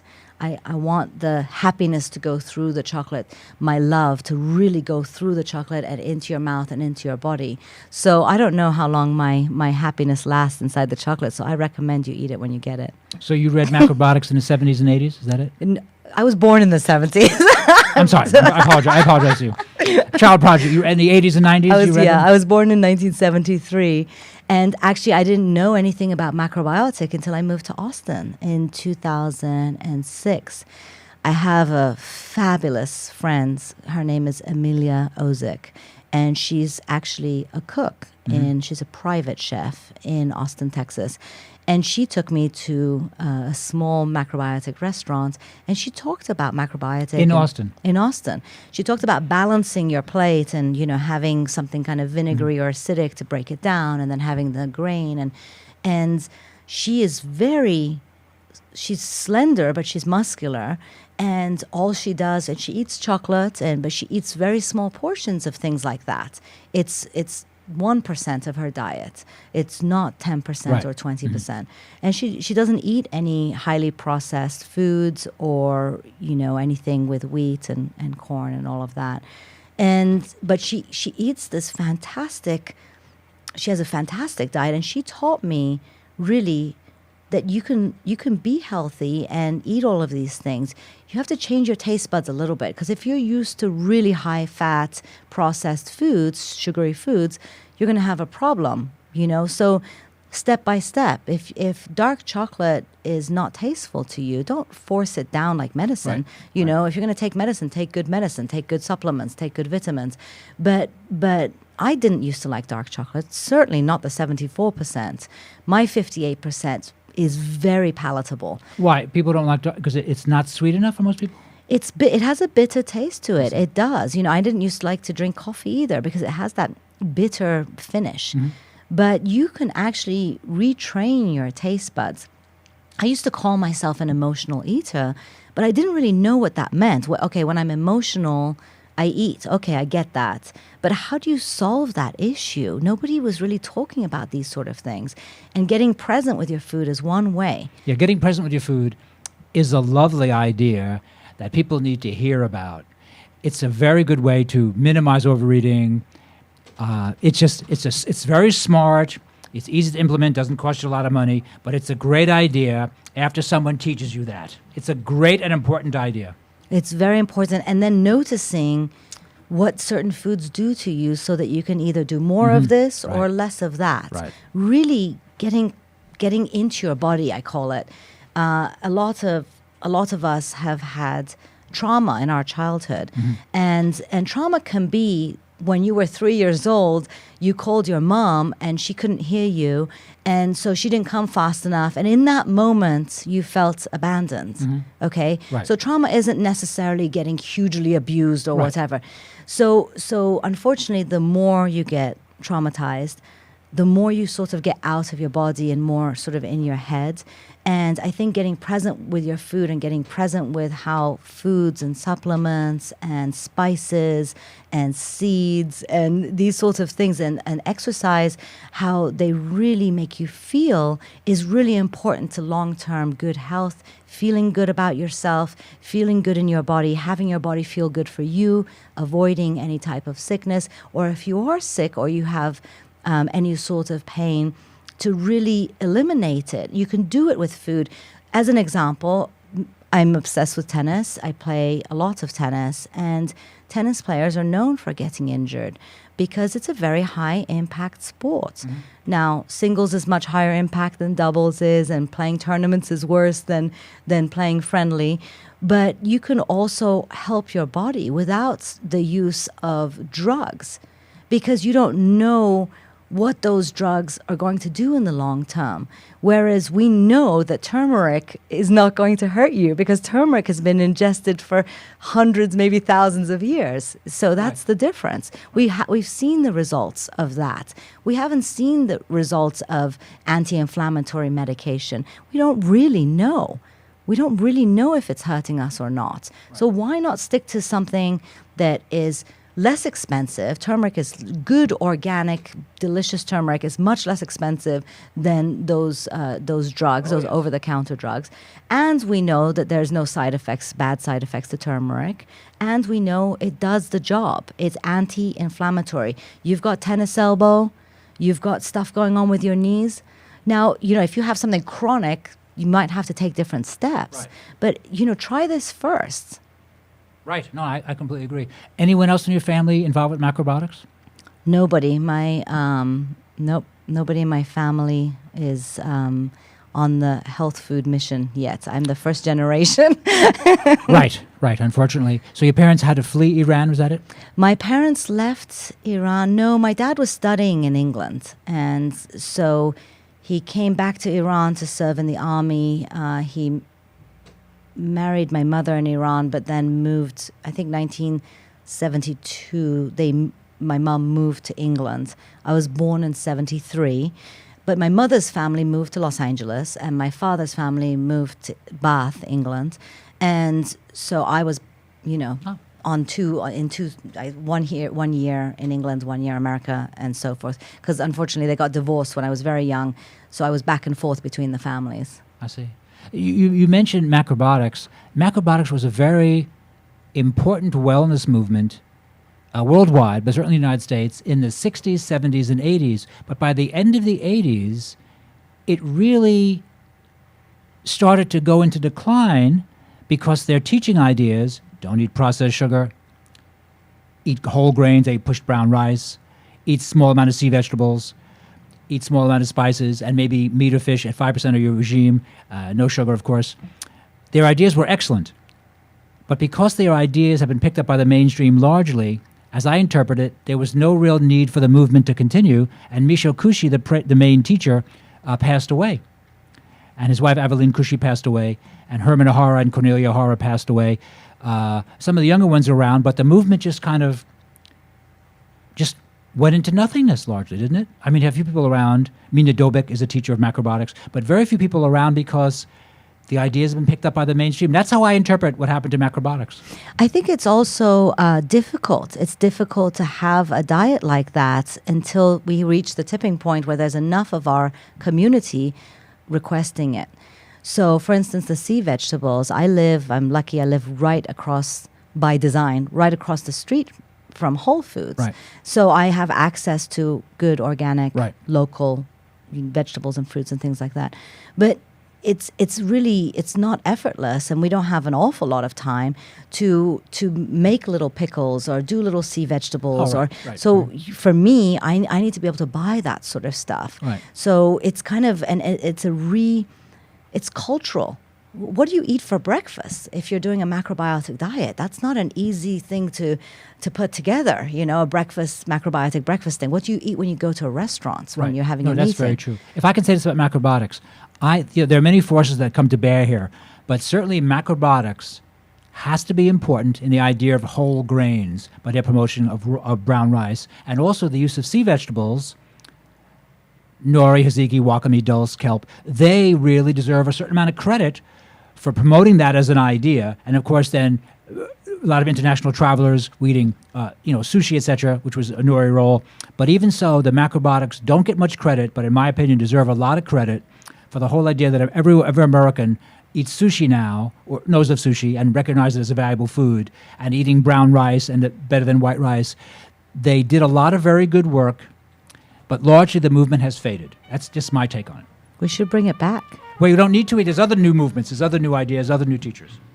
Well, by the way, how can I get in contact with Chalk Bites once again?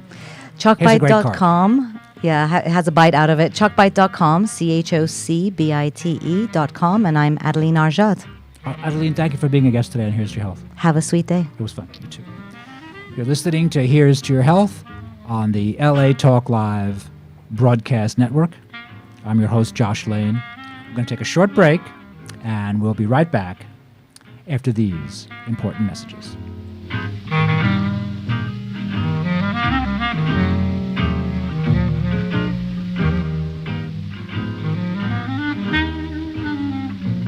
We know there are many choices in internet radio, and the staff and host of LA Talk Live would like to thank you for choosing the internet's hottest destination for the most eclectic sound and invigorating talk. This is LA Talk Live. We are more than just talk.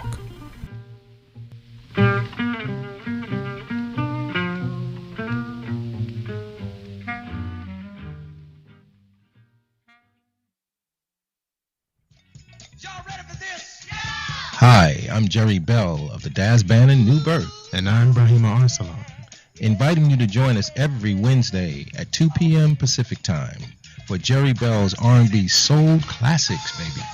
Join us as we play some of the greatest hits of soul and R&B and listen in to interesting discussions with the legends of the music. So don't you forget, join us on the Jerry Bell's R&B Soul Classics. You'll love it. Exclusively on latalklive.com. You can also catch us on iTunes Radio, R&B, Live 365, Radio Flag, and now Stitcher Radio. Or watch us and listen directly at latalklive.com, baby. Reality radio handcrafted for your listening pleasure. This is LA Talk Live, and we are more than just talk, baby. We're music.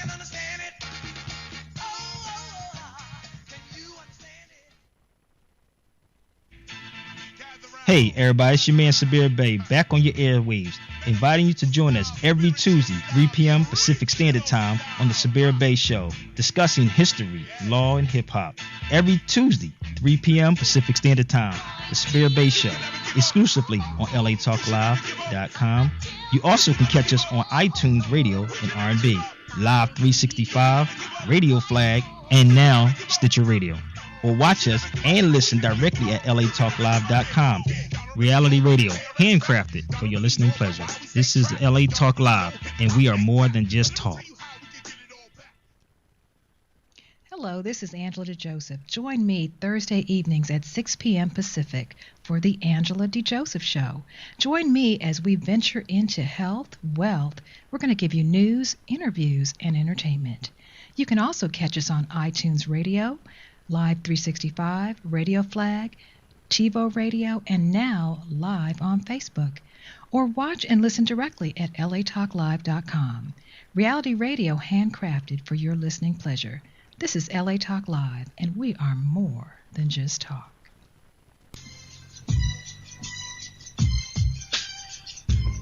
Hi, this is Dr. Lewis Logan, inviting you to join me every Friday from 11 a.m. to 12 noon for Faith on the Front Line. We don't just talk about it, we are about it.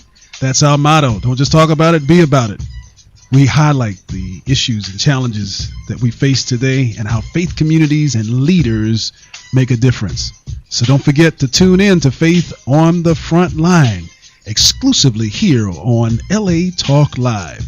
You can also catch us on iTunes Radio and R&B, and watch us on Ustream TV. Reality radio handcrafted for your listening pleasure. This is LA Talk Live, and we are more than just talk.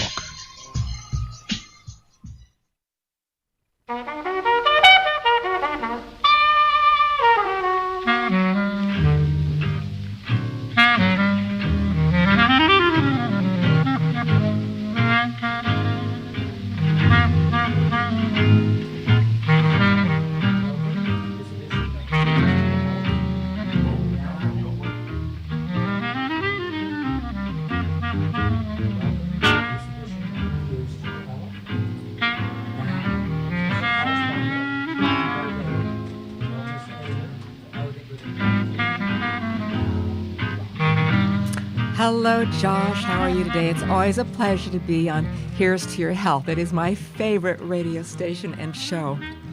Today, we have a special guest. His name is James Labriola. He's a graduate of Cal Lutheran University in Thousand Oaks, and he is what is called a reliability test engineer, and he is with Environment Associates.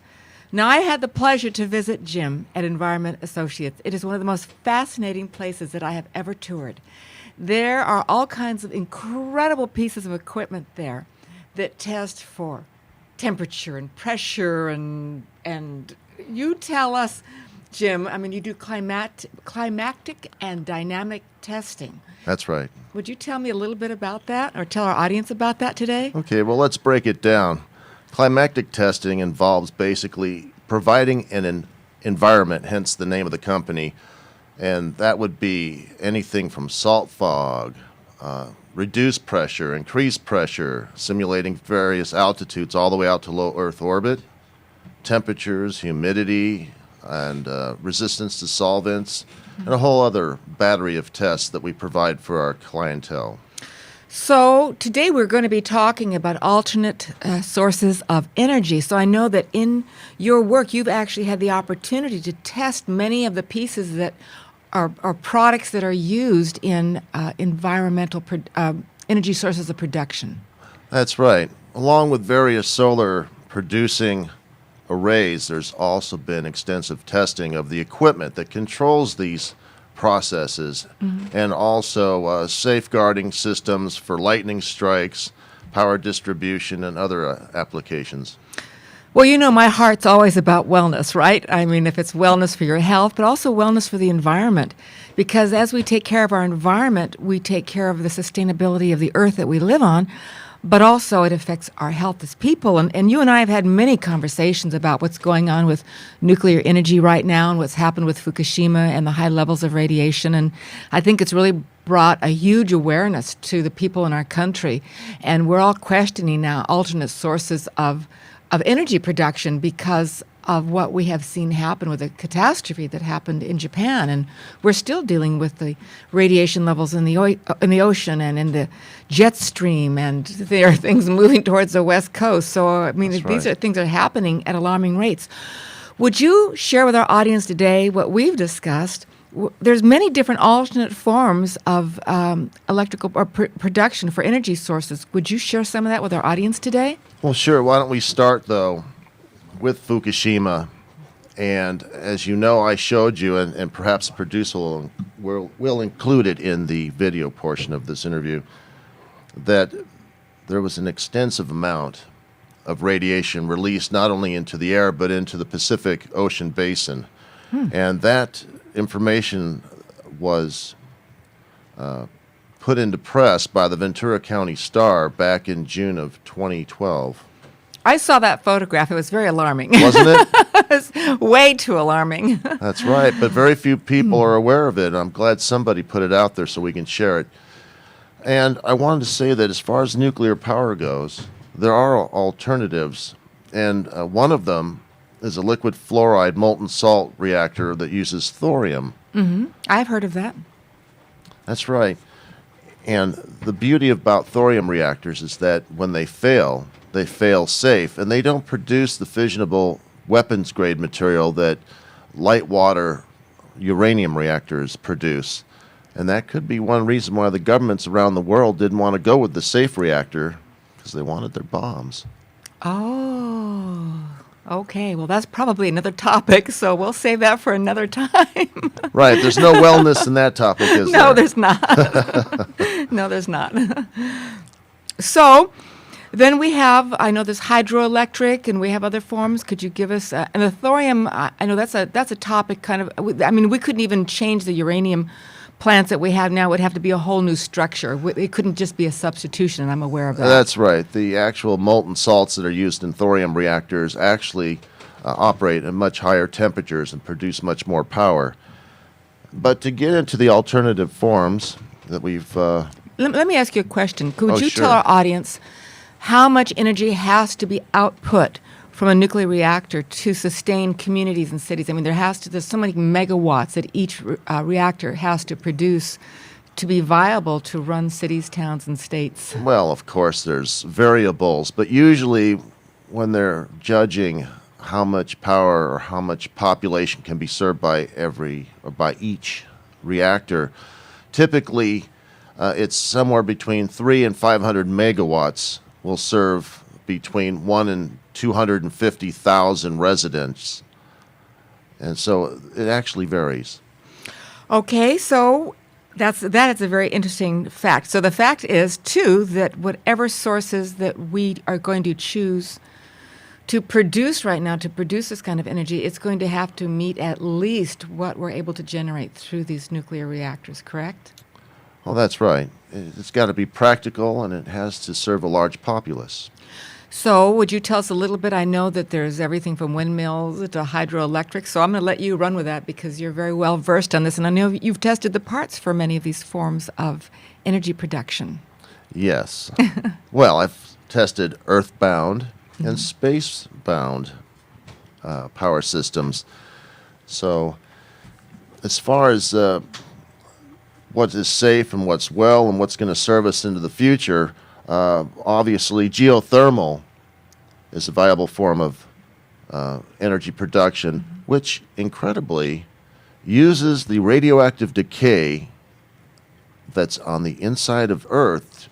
That heat that's generated by that decay, along with the heat left over from the planet's formation, is actually the heat that makes its way to the surface that we use for geothermal power generation.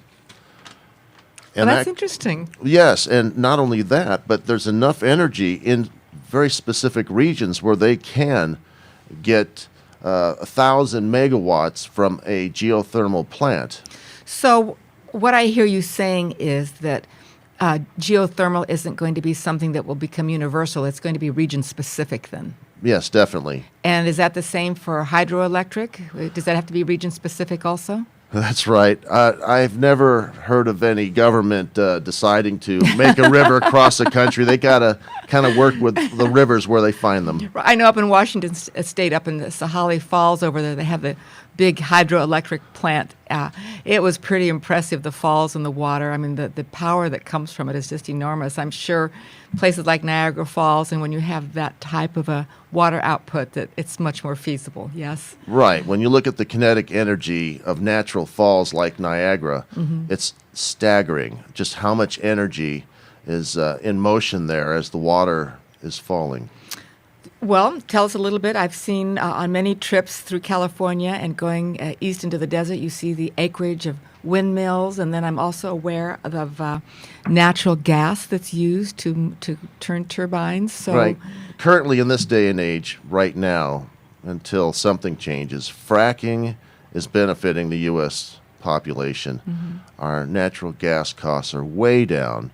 The production of natural gas is so far up that they have to flare off a large amount of the gas that's being produced in regions where they don't have the infrastructure to get it to market.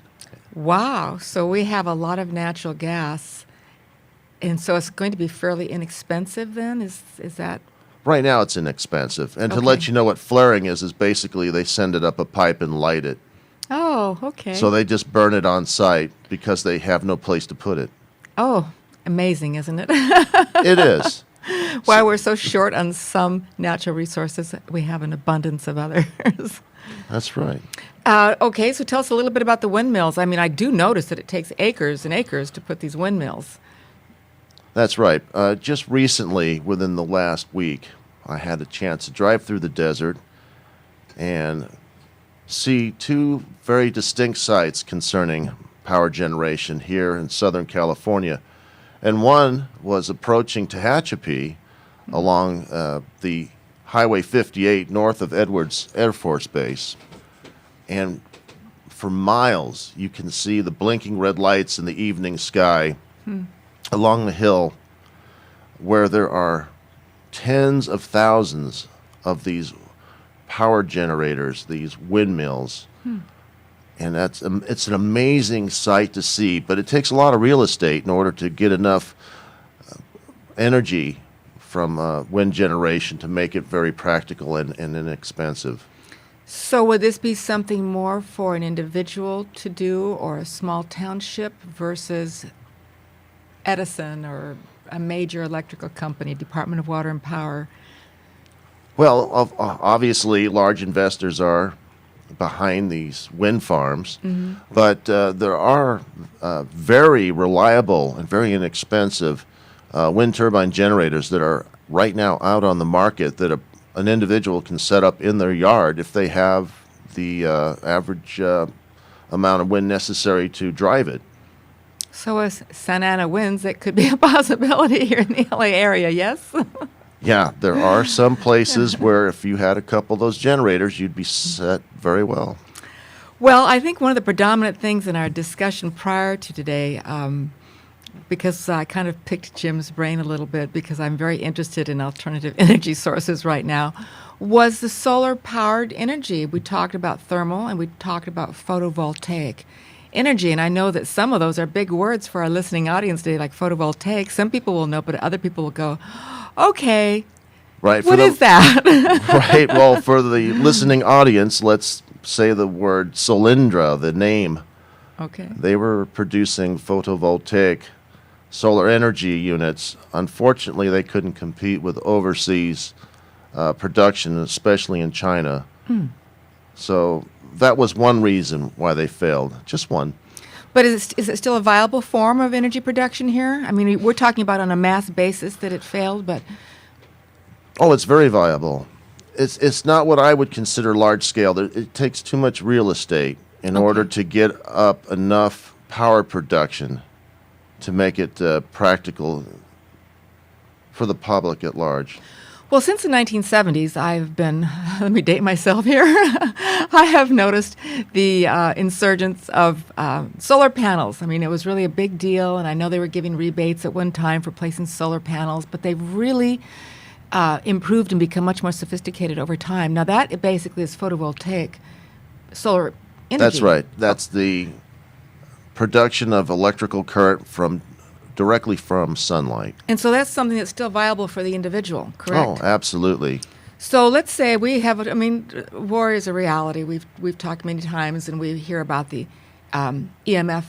EMP. Excuse me, EMP, that's pulse, electromagnetic pulse, nuclear bombs that could be dropped at high altitudes that could take out our power source. Are there any of these, like the photovoltaic, that if somebody had it on their roof, that they could be able to sustain power for their home with an energy source such as this?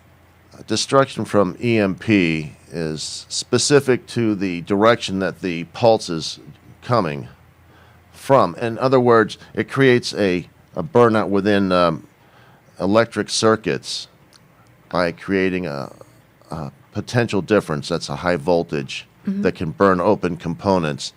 And even if a person has a house system on the roof, it's still cheap enough, the photovoltaic systems, that they can actually have a spare that can be wheeled out on a cart, a couple panels and an inverter with a couple of deep cycle batteries that could get them through some very hard times, some times of emergency. So even in California, we deal with earthquakes here, and everyone wants to have a gas-powered generator, but if we can't get gasoline, then we're going to be out of luck. So this could be an option to consider. That's right. That's right. After a significant earthquake, you might run out of gasoline in a week. Mhm. but the solar cells will continue to output for years. Well, that's really important for all of us, really, to know. We hear about these things, but not all of us take action. So I'm taking notes today as I listen to you talk. Well, then there's solar thermal, and we have the big power plant. Ivanpah, I believe is the name. That's right. I just drove past it this last week on my way back into California. And every time I've gone out of California by way of Highway 15, I've always looked to see if that pilot project plant over at the military base was operating. Well, obviously, it operated well enough that they decided to put in a full production plant just east of the California-Nevada border off of Highway 15, and they call it the Ivanpah Solar Generation Facility. Now, if I understand correctly, isn't that where they use mirrors to reflect the sun's light? Is that correct? Solar thermal? That's right. To me, it's an inverse process or concept. Whereas with photovoltaic, you have the sun as the source, and you have a large area, acreage, covered with photo or solar cells. But in the concept of solar thermal, it's the opposite, where the acreage is taking all of that sunshine and focusing it or concentrating it into one area to produce the energy necessary to run turbines. Okay, so it's always about the turbine. Right? Whatever energy source that we're using is to run these turbines. Is that correct? Well, that's right. Even in a hydroelectric dam, power generation is water is turning a turbine that turns the generator. So dams are actually very expensive to build. Is that correct? Yes, I haven't, except for the Chinese, I haven't heard of any major dams being planned or being built here in the U.S. So these power plants, these thermal solar power plants, I think there's, 3 in California and 5 in the nation right now, and they have projections for more. Is that true? Yes, I don't have an exhaustive list with me, but there are 19 planned for the Southwest regional U.S. and for Hawaii. So this has to be in a sunny region. It's not going to work, let's say, in Seattle where you get a lot of rain. That's right. So is this, do you see over time, a viable transition from nuclear power? Because I know that they do, I think we're scheduled for 10 of them to be taken down soon because they're getting old and they're leaking. And I know that we've got the United States divided into 4 regions right now and 31 states that have nuclear power plants with 104, I believe, nuclear reactors. That's right. So are we looking over a particular amount of time, a projection where these other sources could take the place, or will these just be in addition to? Or is there a burgeoning awareness now to want to decommission some of these, or are we just ignoring it? Well, this would be basically my opinion and my speculation, because I don't have any hard facts in front of me, but I do know that by the nature of light water uranium reactors, they do have a specific lifespan. The amount of radiation that builds up in the plant and causes various metals and processes in there to malfunction over time, metals to fatigue, and leaks to occur, they have to be decommissioned or completely replaced every so often, every few decades, depending on the design of the plant. So, we're talking about the environment now. So one thing I am aware of that if you have, I think at Hanford in Washington, radiation damages the environment, radiation hurts our health, and every person that worked at Hanford developed, it was on the Columbia River, some form of cancer. And that the environment for 100 miles of a nuclear power plant will be affected by radiation. So we're talking about human life, animal life, plant life, all of those things that are being affected, correct? That's correct. A lot of people have been made aware of what they call high-level ionizing radiation, but what they don't know is that it's been found that low-level ionizing radiation has a detrimental effect over a person's health during the span of their lifetime. Will these other alternative sources that we've talked about, for instance, the thermal solar, will that have any negative impact on the environment or on people's health? Only very locally for, in the case of Ivanpah out there in the desert, they're going to displace some natural vegetation and maybe some animals. As far as humans and in a more of a macro sense on on the environment, no. Solar, whether it's photovoltaic or solar thermal, has really very little impact on the environment, either nationally or globally. So this is a healthier alternative then? Absolutely. In other words, even though animals are displaced, they're not going to die from some horrible, poisoning of sorts. They're just going to have to find a new home. That's right. Okay, it could be worse. Could be. That's not bad at all. So I know that by, I think they said the year, was it 2020, that I think they get, 3 to 5, was it maybe 3,000 megawatts, that they're looking to increase these power plants to upwards of 20,000 megawatt production. Is that true? That is correct. That is a projection of electricity that's been made by the state of California. Right now, it typically, like I said, one nuclear reactor can produce over 300 megawatts. And the Ivanpah thermal solar plant, each plant is designed to approach 100 megawatts. So as more of these come online, we have a better chance of that industry really taking off. And hopefully, by the time our grandkids are our age, nuclear radiation will be buried out of sight, shut down, and the earth will be cleaned up. But what's the half-life of the radiation from these? I mean, I understand about it being buried, but there is a half-life to radiation, and I believe cesium is part of it. There's a number of strontium, yes. That's right. All of that, 50, 100,000 years, long beyond the time that man will be around. That it'll still be active. It'll still be radioactive. Oh my. Still lethal, especially plutonium, over 100,000 years half-life. So we're really in a growing process, aren't we, of sustaining life and power and balancing it out with the concern for human and animal life and really the life of our planet, so that we're not poisoning. Because as we well know, a lot of damage has been done. Just Fukushima, I haven't checked the report. I got a call yesterday, and someone told me that there is a cloud in the jet stream coming of radiation towards California. Don't hear a thing about it on the news, and I haven't had time to really check it out. I don't know if you've heard anything, but these are concerns that, they're not in mainstream information, radio or television right now, but yet this is an ever-present reality right now. And if we had more earthquakes in more places, this is a pretty catastrophic situation for our planet.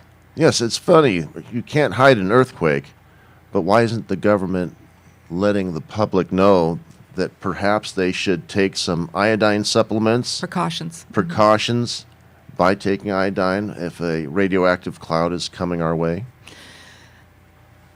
Good point.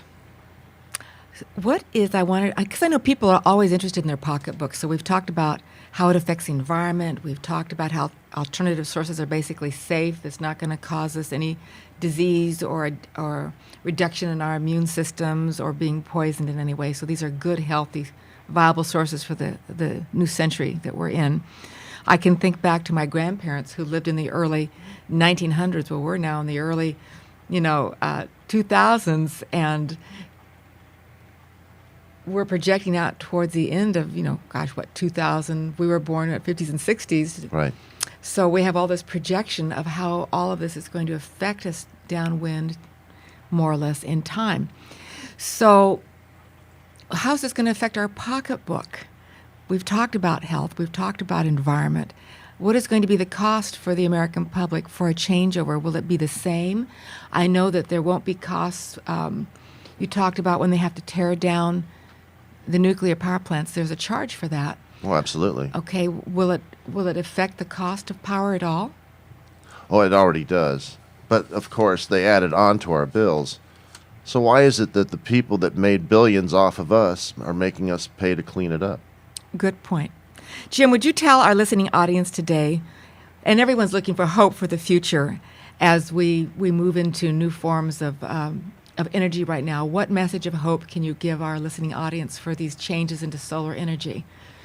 I believe that with solar energy, it's possible to make dirty energy production from petroleum, diesel, nuclear, a thing of the past as fast as possible. Is my desire. 20, 30 years from now, clean it all up and have all the people basically secure with a energy source at home that they can depend on and not be so reliant on the government or the power companies. Well, thank you so much. Our guest today was James Labriola with Environment Associates, and this is LA Talk Live. Here's to Your Health with Josh Lane. My name's Yvonne Beauvais, and it's been a pleasure sharing James with our listening audience today. And I want to wish you all a happy new year and hope for the future for good, clean energy. Thanks for having me on. You're very welcome. It's been a pleasure.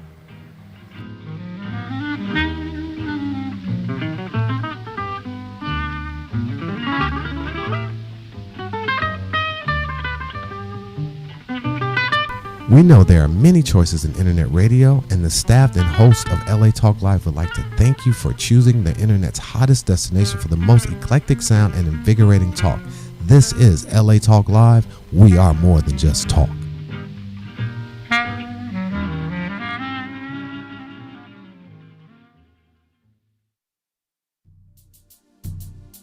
Hi, this is Barbara Perkins, inviting you to join us every Sunday afternoon at 2:40 for Sisters at the Well Radio, a conversation with women about women.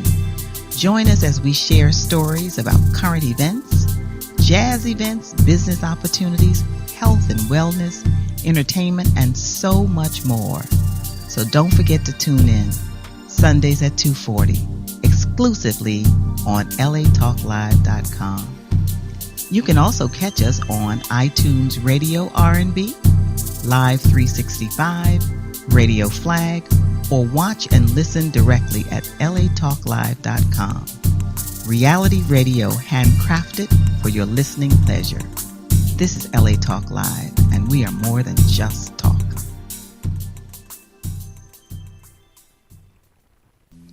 Hi, I'm Ro Williams, and I would like to invite you to join GospelRhythms.com every Sunday at 4 p.m. Pacific Standard Time, 7 p.m. Eastern Standard Time for our show, GospelRhythms.com Talk Live Radio. Join us as we celebrate Christians around the world in all genres of entertainment, as well as highlight interest stories on men and women who are making a difference and impacting their community. So don't forget to tune in to GospelRhythms.com Talk Live Radio, exclusively on LATalkLive.com. You can also catch us on iTunes under R&B or watch us live on Ustream TV. We are reality radio, handcrafted for your listening pleasure. This is GospelRhythms.com Talk Live Radio on LATalkLive.com. We're more than just talk. We're heaven's party here on earth. Joshua Lane, member of the board of directors of Dr. Ann Wigmore's Hippocrates Health Institute, Josh Lane was part of the Dr. Ann Wigmore team that brought wheatgrass, sprouts, and raw foods to a worldwide audience. And now the host of Here's to Your Health on LA Talk Live, Joshua Lane.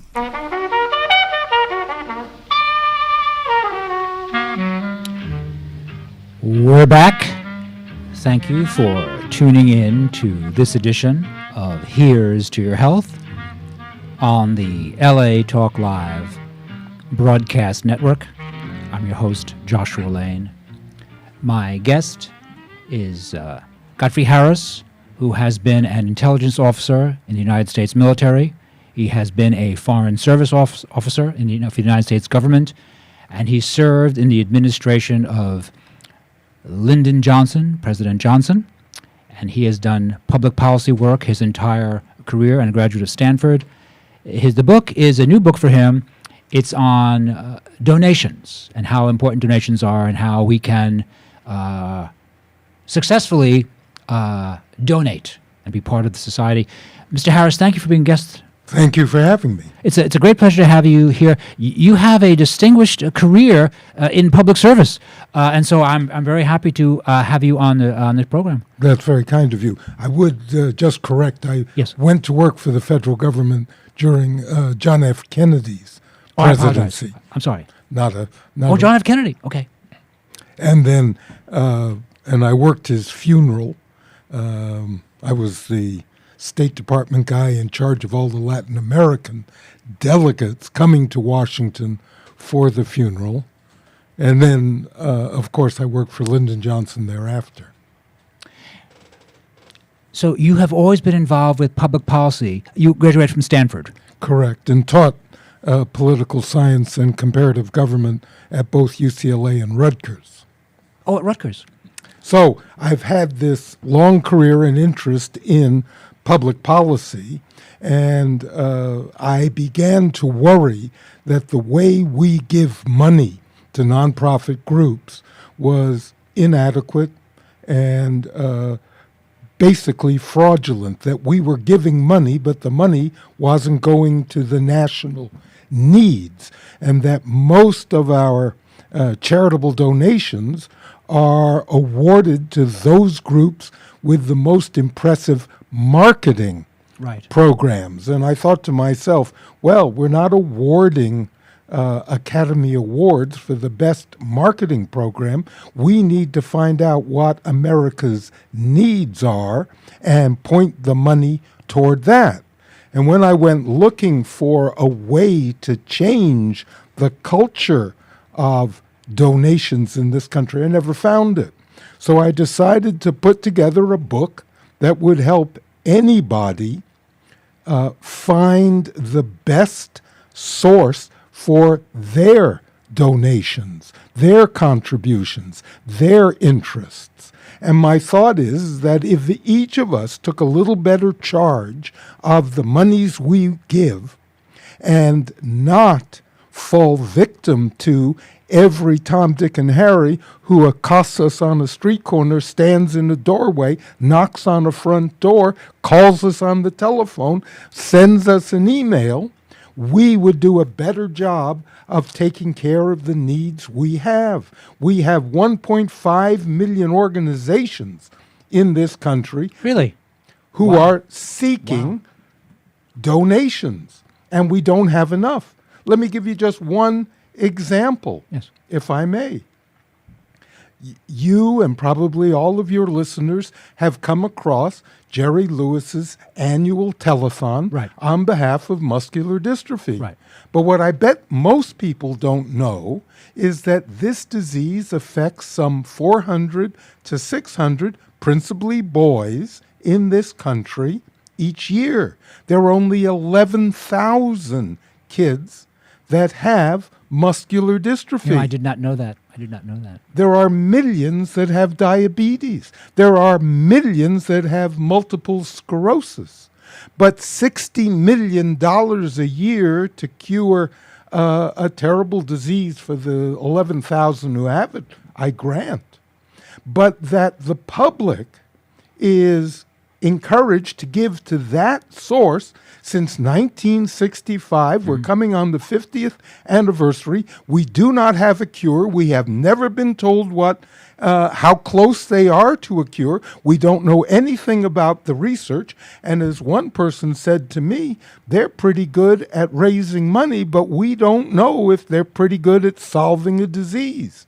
On the other hand, you take infantile paralysis, solved in 1955 by Dr. Jonas Salk, a foundation, the Infantile Paralysis Foundation, founded by President Roosevelt, because, of course, he had the disease, solved the problem in 1955. What happened to the organization? It still exists. It's still out there. What's it doing now? It's worrying about pregnant women. And it used to be that every kid, when I was growing up, gave 10 cents to the March of Dimes, which was the principal infantile paralysis polio fundraiser. 10 cents. Now we know that the Infantile Paralysis Organization is taking 90% of the money for their own needs, and only that one dime is going to their program. I did not know that. I did not realize that they could actually get away with that. That's actually legal? I thought people would be outraged, and because there has been discussion I've seen in the popular press about overhead. And several years ago, I saw a person on who was a fundraiser. And he had been very successful in fundraising for an organization. I forget the organization. He was raising a lot of money for them. But then there was such an outcry because they were paying him such a big amount of money to do the fundraising. And his answer, which I thought was interesting, he said, well, yes, you might pay me $1 million to raise the funds, but I generate $10 million worth of donations. And before they had me, they spent very little to raise funds, but they got very little funds. So I thought that was kind of an interesting rebuttal, I thought. Well, basically, there are no federal rules as long as you tell the truth. That is, you explain to the donors where the money comes from and what the money goes for. For the most part, it's very little detail, very broad categories, and in effect, it's rife with cheating. There was a great story about a guy named Paul Nimitz, a golden name to the Navy, and he had an organization called the U.S. Naval Association. He raised from 66,000 people over $100 million. And because his name, Nimitz, had such a ring among naval personnel... But he was not associated with Chester Nimitz in any way? Zero. Okay. It was not even his real name. I see, okay. He was a Harvard lawyer who knew the law and hired a for-profit fundraising group that got on the phone every dinner hour and called ex-Navy veterans and said, we've got a lot of your fellow men in a lot of trouble and we need money to help them. And the money poured in. The problem was the contract with the fundraisers was 90% for them and 10% for Paul Nimitz. Oh, my goodness. And Mr. Nimitz was not Mr. Nimitz. And the only way they caught him, he ran this scam for 9 years. The only way they caught him was that 2 reporters for the Tampa Times wondered why this organization, the Naval Veterans Association, was giving money to local politicians, who then turned around and made lovely statements about the importance of this organization and the good work it's doing, and they were reading Paul Nimitz's speeches he had given him. But the more they talked and the more praise they laid on the organization, the more money that poured in. So these 2 reporters, after 2 years, finally catch up with this guy. He's in Oakland, California by that time, had left a house in Tampa in a hurry. And when the police caught up with him, they found $984,000 in cash in a public storage locker. Wow. And the way the feds got him was not that he was fraudulently raising money. No, they got him on the fact that he had taken someone else's identity, and with that identity, he didn't identify himself, and with that false identity had registered to raise money. It was the registration that he fell a cropper. It was like how we got Lucky Luciano in the 30s. We never got him on drug charges, prostitution, or any of the crimes. We got him on tax evasion.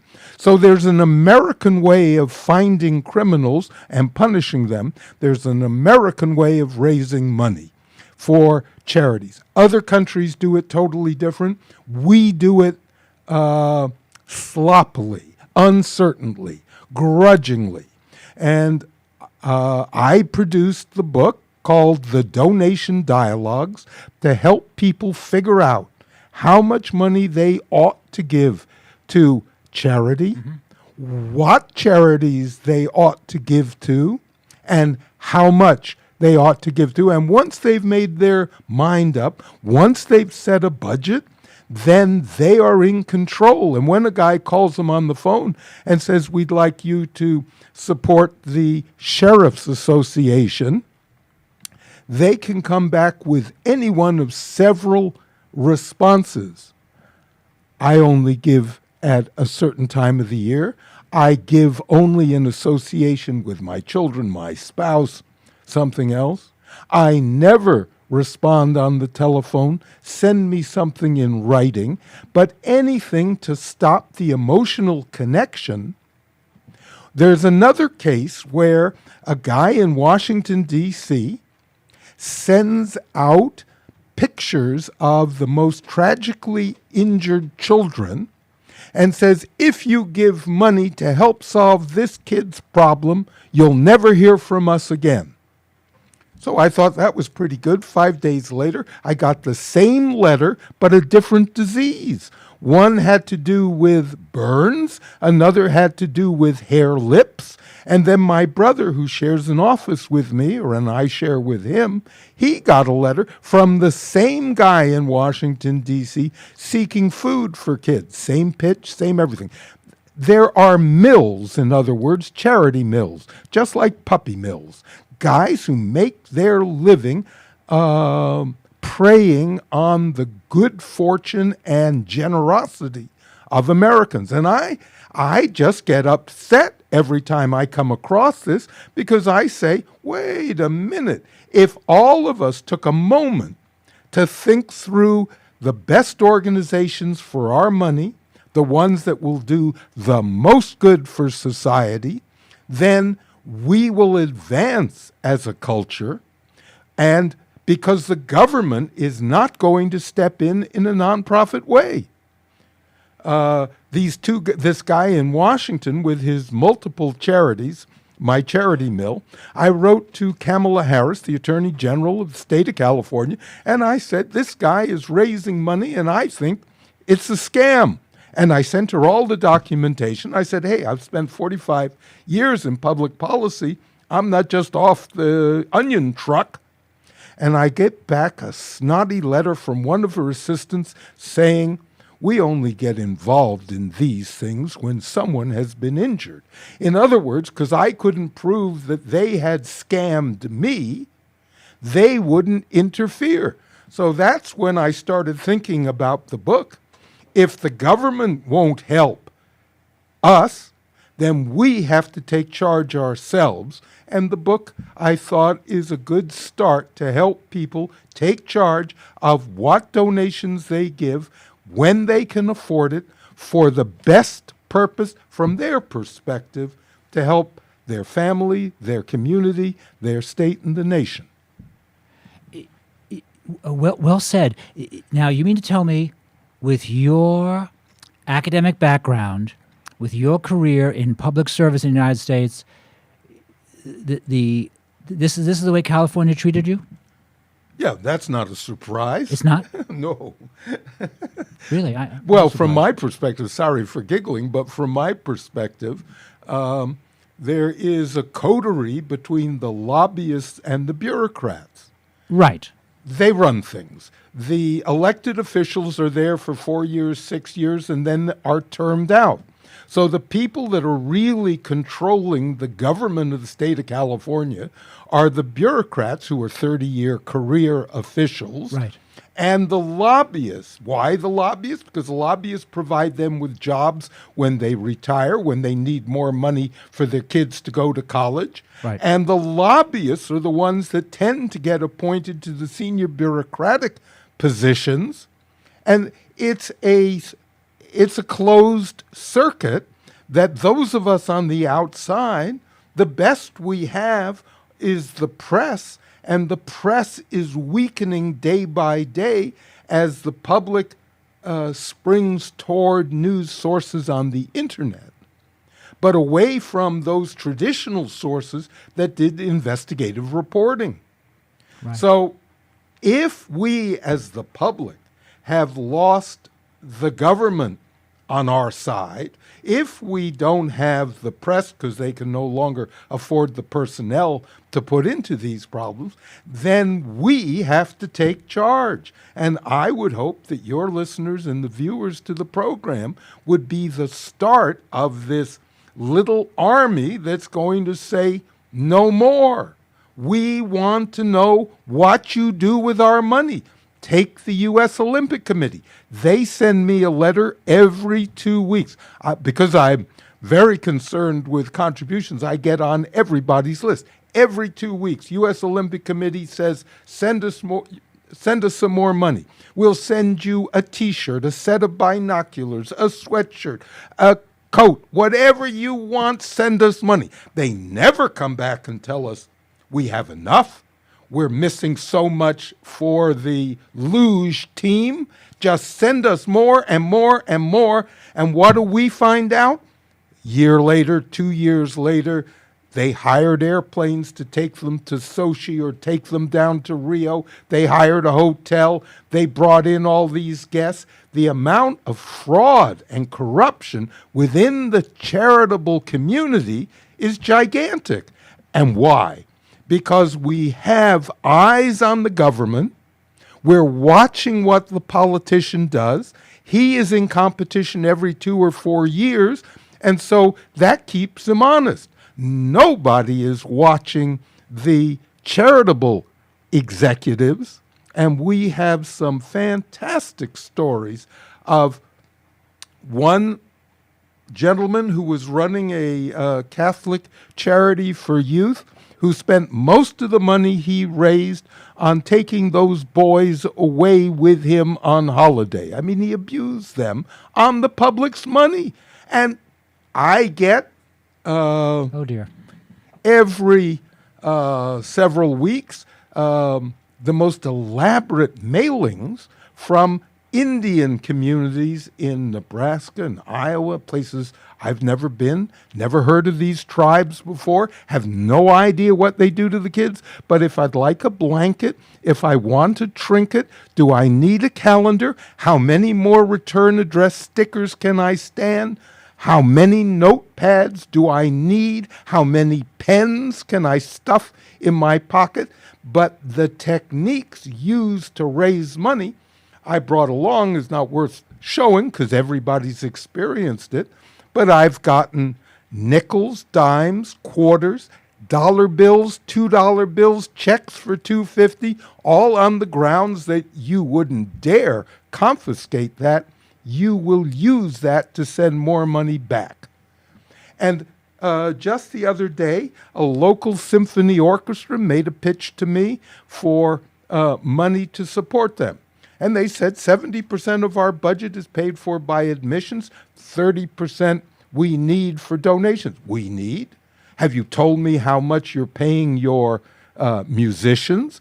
Do you tell me how much the hall rental is? How do I know what that 30% that you're asking me to donate into It's a fair question on your part.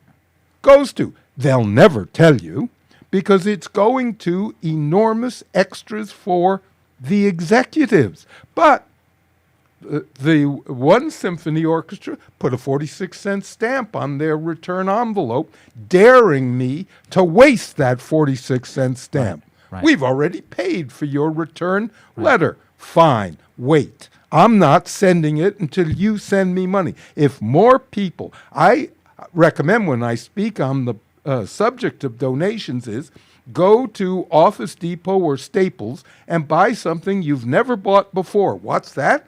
A number 12 envelope. Oh, they say to me, I've heard of a number 9 envelope. That's the return envelope. Number 10 is a business envelope. What in heck is a number 12? And I show them. It's a large envelope. It goes in the Postal Service for the same first-class rate, but you can fit in a number 10 envelope. So what do? They send me a letter, and it's the front of the cover is, we're going to double your donation. Please respond by the end of January 2014. We need your help. Don't leave us now, Mr. Harris. We want your money. And I write back and say, Please tell me where it's going. I was thinking of sending you $50. Tell me how you're going to spend it. And I tucked their envelope, my note on the top of the envelope, back in the number 12 and mail it back to them. And I figure if more people would do this, the first charity to come back and answer us successfully will get the donations, and then every charity will have to follow. Has any charity responded to you at all? No. No. Why? Because I'm just one. But if like MoveOn.org and other groups have proven on the internet, if you can create a mass and the mass has a singular goal and it's targeted like a laser beam on a particular goal, then we have a good chance of forcing them or creating sufficient weight for the press, the TV, to pay attention. So you're saying that MoveOn.org has done good work? It has. Okay. It has done good work, and it has amassed a lot of people. But I know a lot of politicians. For instance, Elizabeth Warren had this wonderful idea about 6 months ago that said that why should students pay more interest than banks pay to the Federal Reserve? The Federal Reserve... A very fair question on her part. Very fair. She's a U.S. senator, senior senator from Massachusetts. Right. So she put it on MoveOn.org. Do you agree?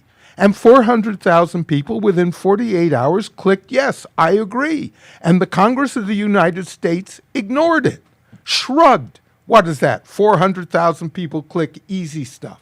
When I worked for Jimmy Roosevelt as a congressman, if we had 10 letters on the same subject, he'd declare a crisis. 100 letters on the same subject coming at once in the office, everybody stop everything. We've got to have a policy. We've got to answer this. It was a crisis to him. And now I just think of Jimmy Roosevelt. What would you do if 400,000 people had the same idea? Would you ignore it? He wouldn't. But today's politician does. It doesn't move them. What moves them? Money.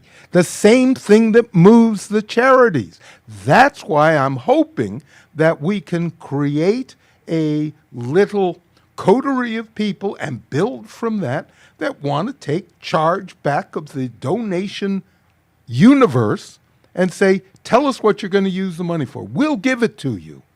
We'll provide everything you need if you honestly tell us how you're going to use that money. Now, in your opinion, because of your years in public service, so it seems the way you describe it, that indeed there needs to be some sort of regulation. There needs to be regulation. Doesn't there need to be regulation for this?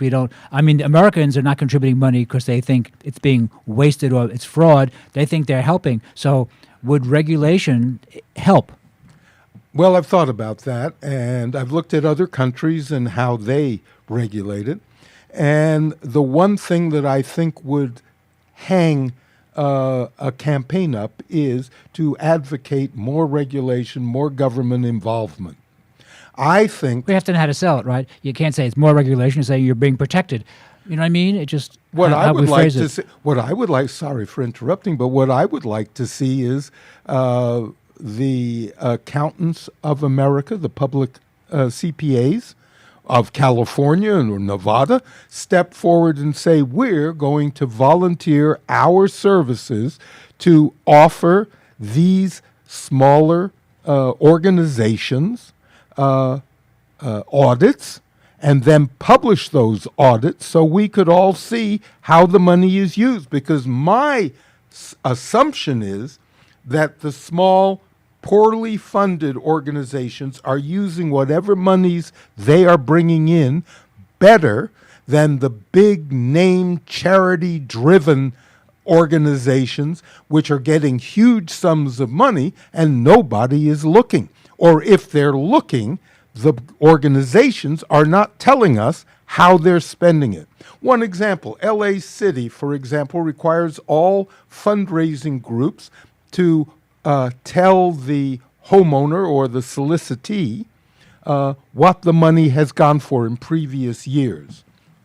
10% for fundraising, right. 80% for programs. Well, that'd be nice if it were honest, but nearly all the organizations that I've looked at take program people who are supposed to help the indigent, the poor, and that, and they pull them off and they say, we're going to use you to write a fund grant to look after the telephone for a little bit. They all use the, quote, program employees to raise funds. I see. But since they're on the organization chart, program people, Oh, I see.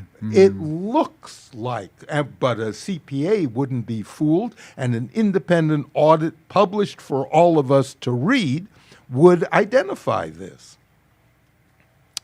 Mr. Harris, this is very interesting. This is, and it's nicely stated by you. So, what nations actually have a better system of regulation? Not so much better, but nearly all countries other than the United States do a better job of giving public monies to nonprofit or charitable organizations. In other words, like who? The British? British less so. The Germans, for example. Germans, okay. The Russians, 100%. There is no private fundraising in Russia. It's just like Soviet times. The money goes to the government, and the government decides which charitable organizations deserve funding. So they give to the Orthodox Church, but the government is not running the church, so you don't have any government people in the church. The money goes to the church, and the church spends it. In England, nearly all the fundraising is localized. If you have a church or a school or a local charity, they have bake sales and dances. The big international charities like Doctors Without Borders or Oxfam and that, they get subscriptions from charitable trusts mainly, not individuals. In Germany, since 1803, every church has had its funds collected by the government, and then the government sends the money to the charitable organization. It's only the U.S. Or organizations like in Mexico, the Catholic Church raises money and then gives to the needs. Mr. Harris, this has been very interesting. Very interesting. And where can I buy your new book, The Donation Dialogue? Very kind of you to ask. www.americasgroup, one word, Americas plural group.com, or on Amazon, of course. It's available there. Well, it's been a very interesting conversation. I very much appreciate you being on Here's to Your Health today. Thank you, sir. Thank you. It's been great fun. You're listening to Here's to Your Health, our special end-of-the-year program on LA Talk Live. I'd like to thank my guest, Tammy Zorge, the comedy writer Dave Shelton, Mr. Misako, the architect, Adeline from Truckbite, the new chocolates, Yvonne Beauvais, my guest host today, interviewing Jim Labriola, and Mr. Godfrey Harris, the diplomat, with his new work, Donation Dialogue. We'll see you next year.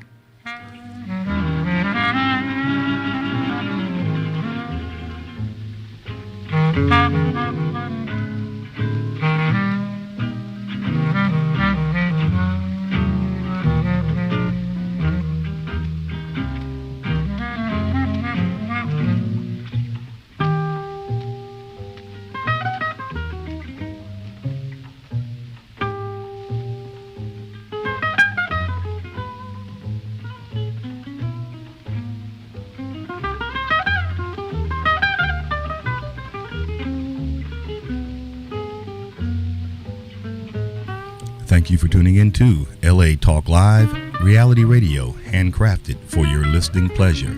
This is LA Talk Live, and we're more than just talk. Stay tuned.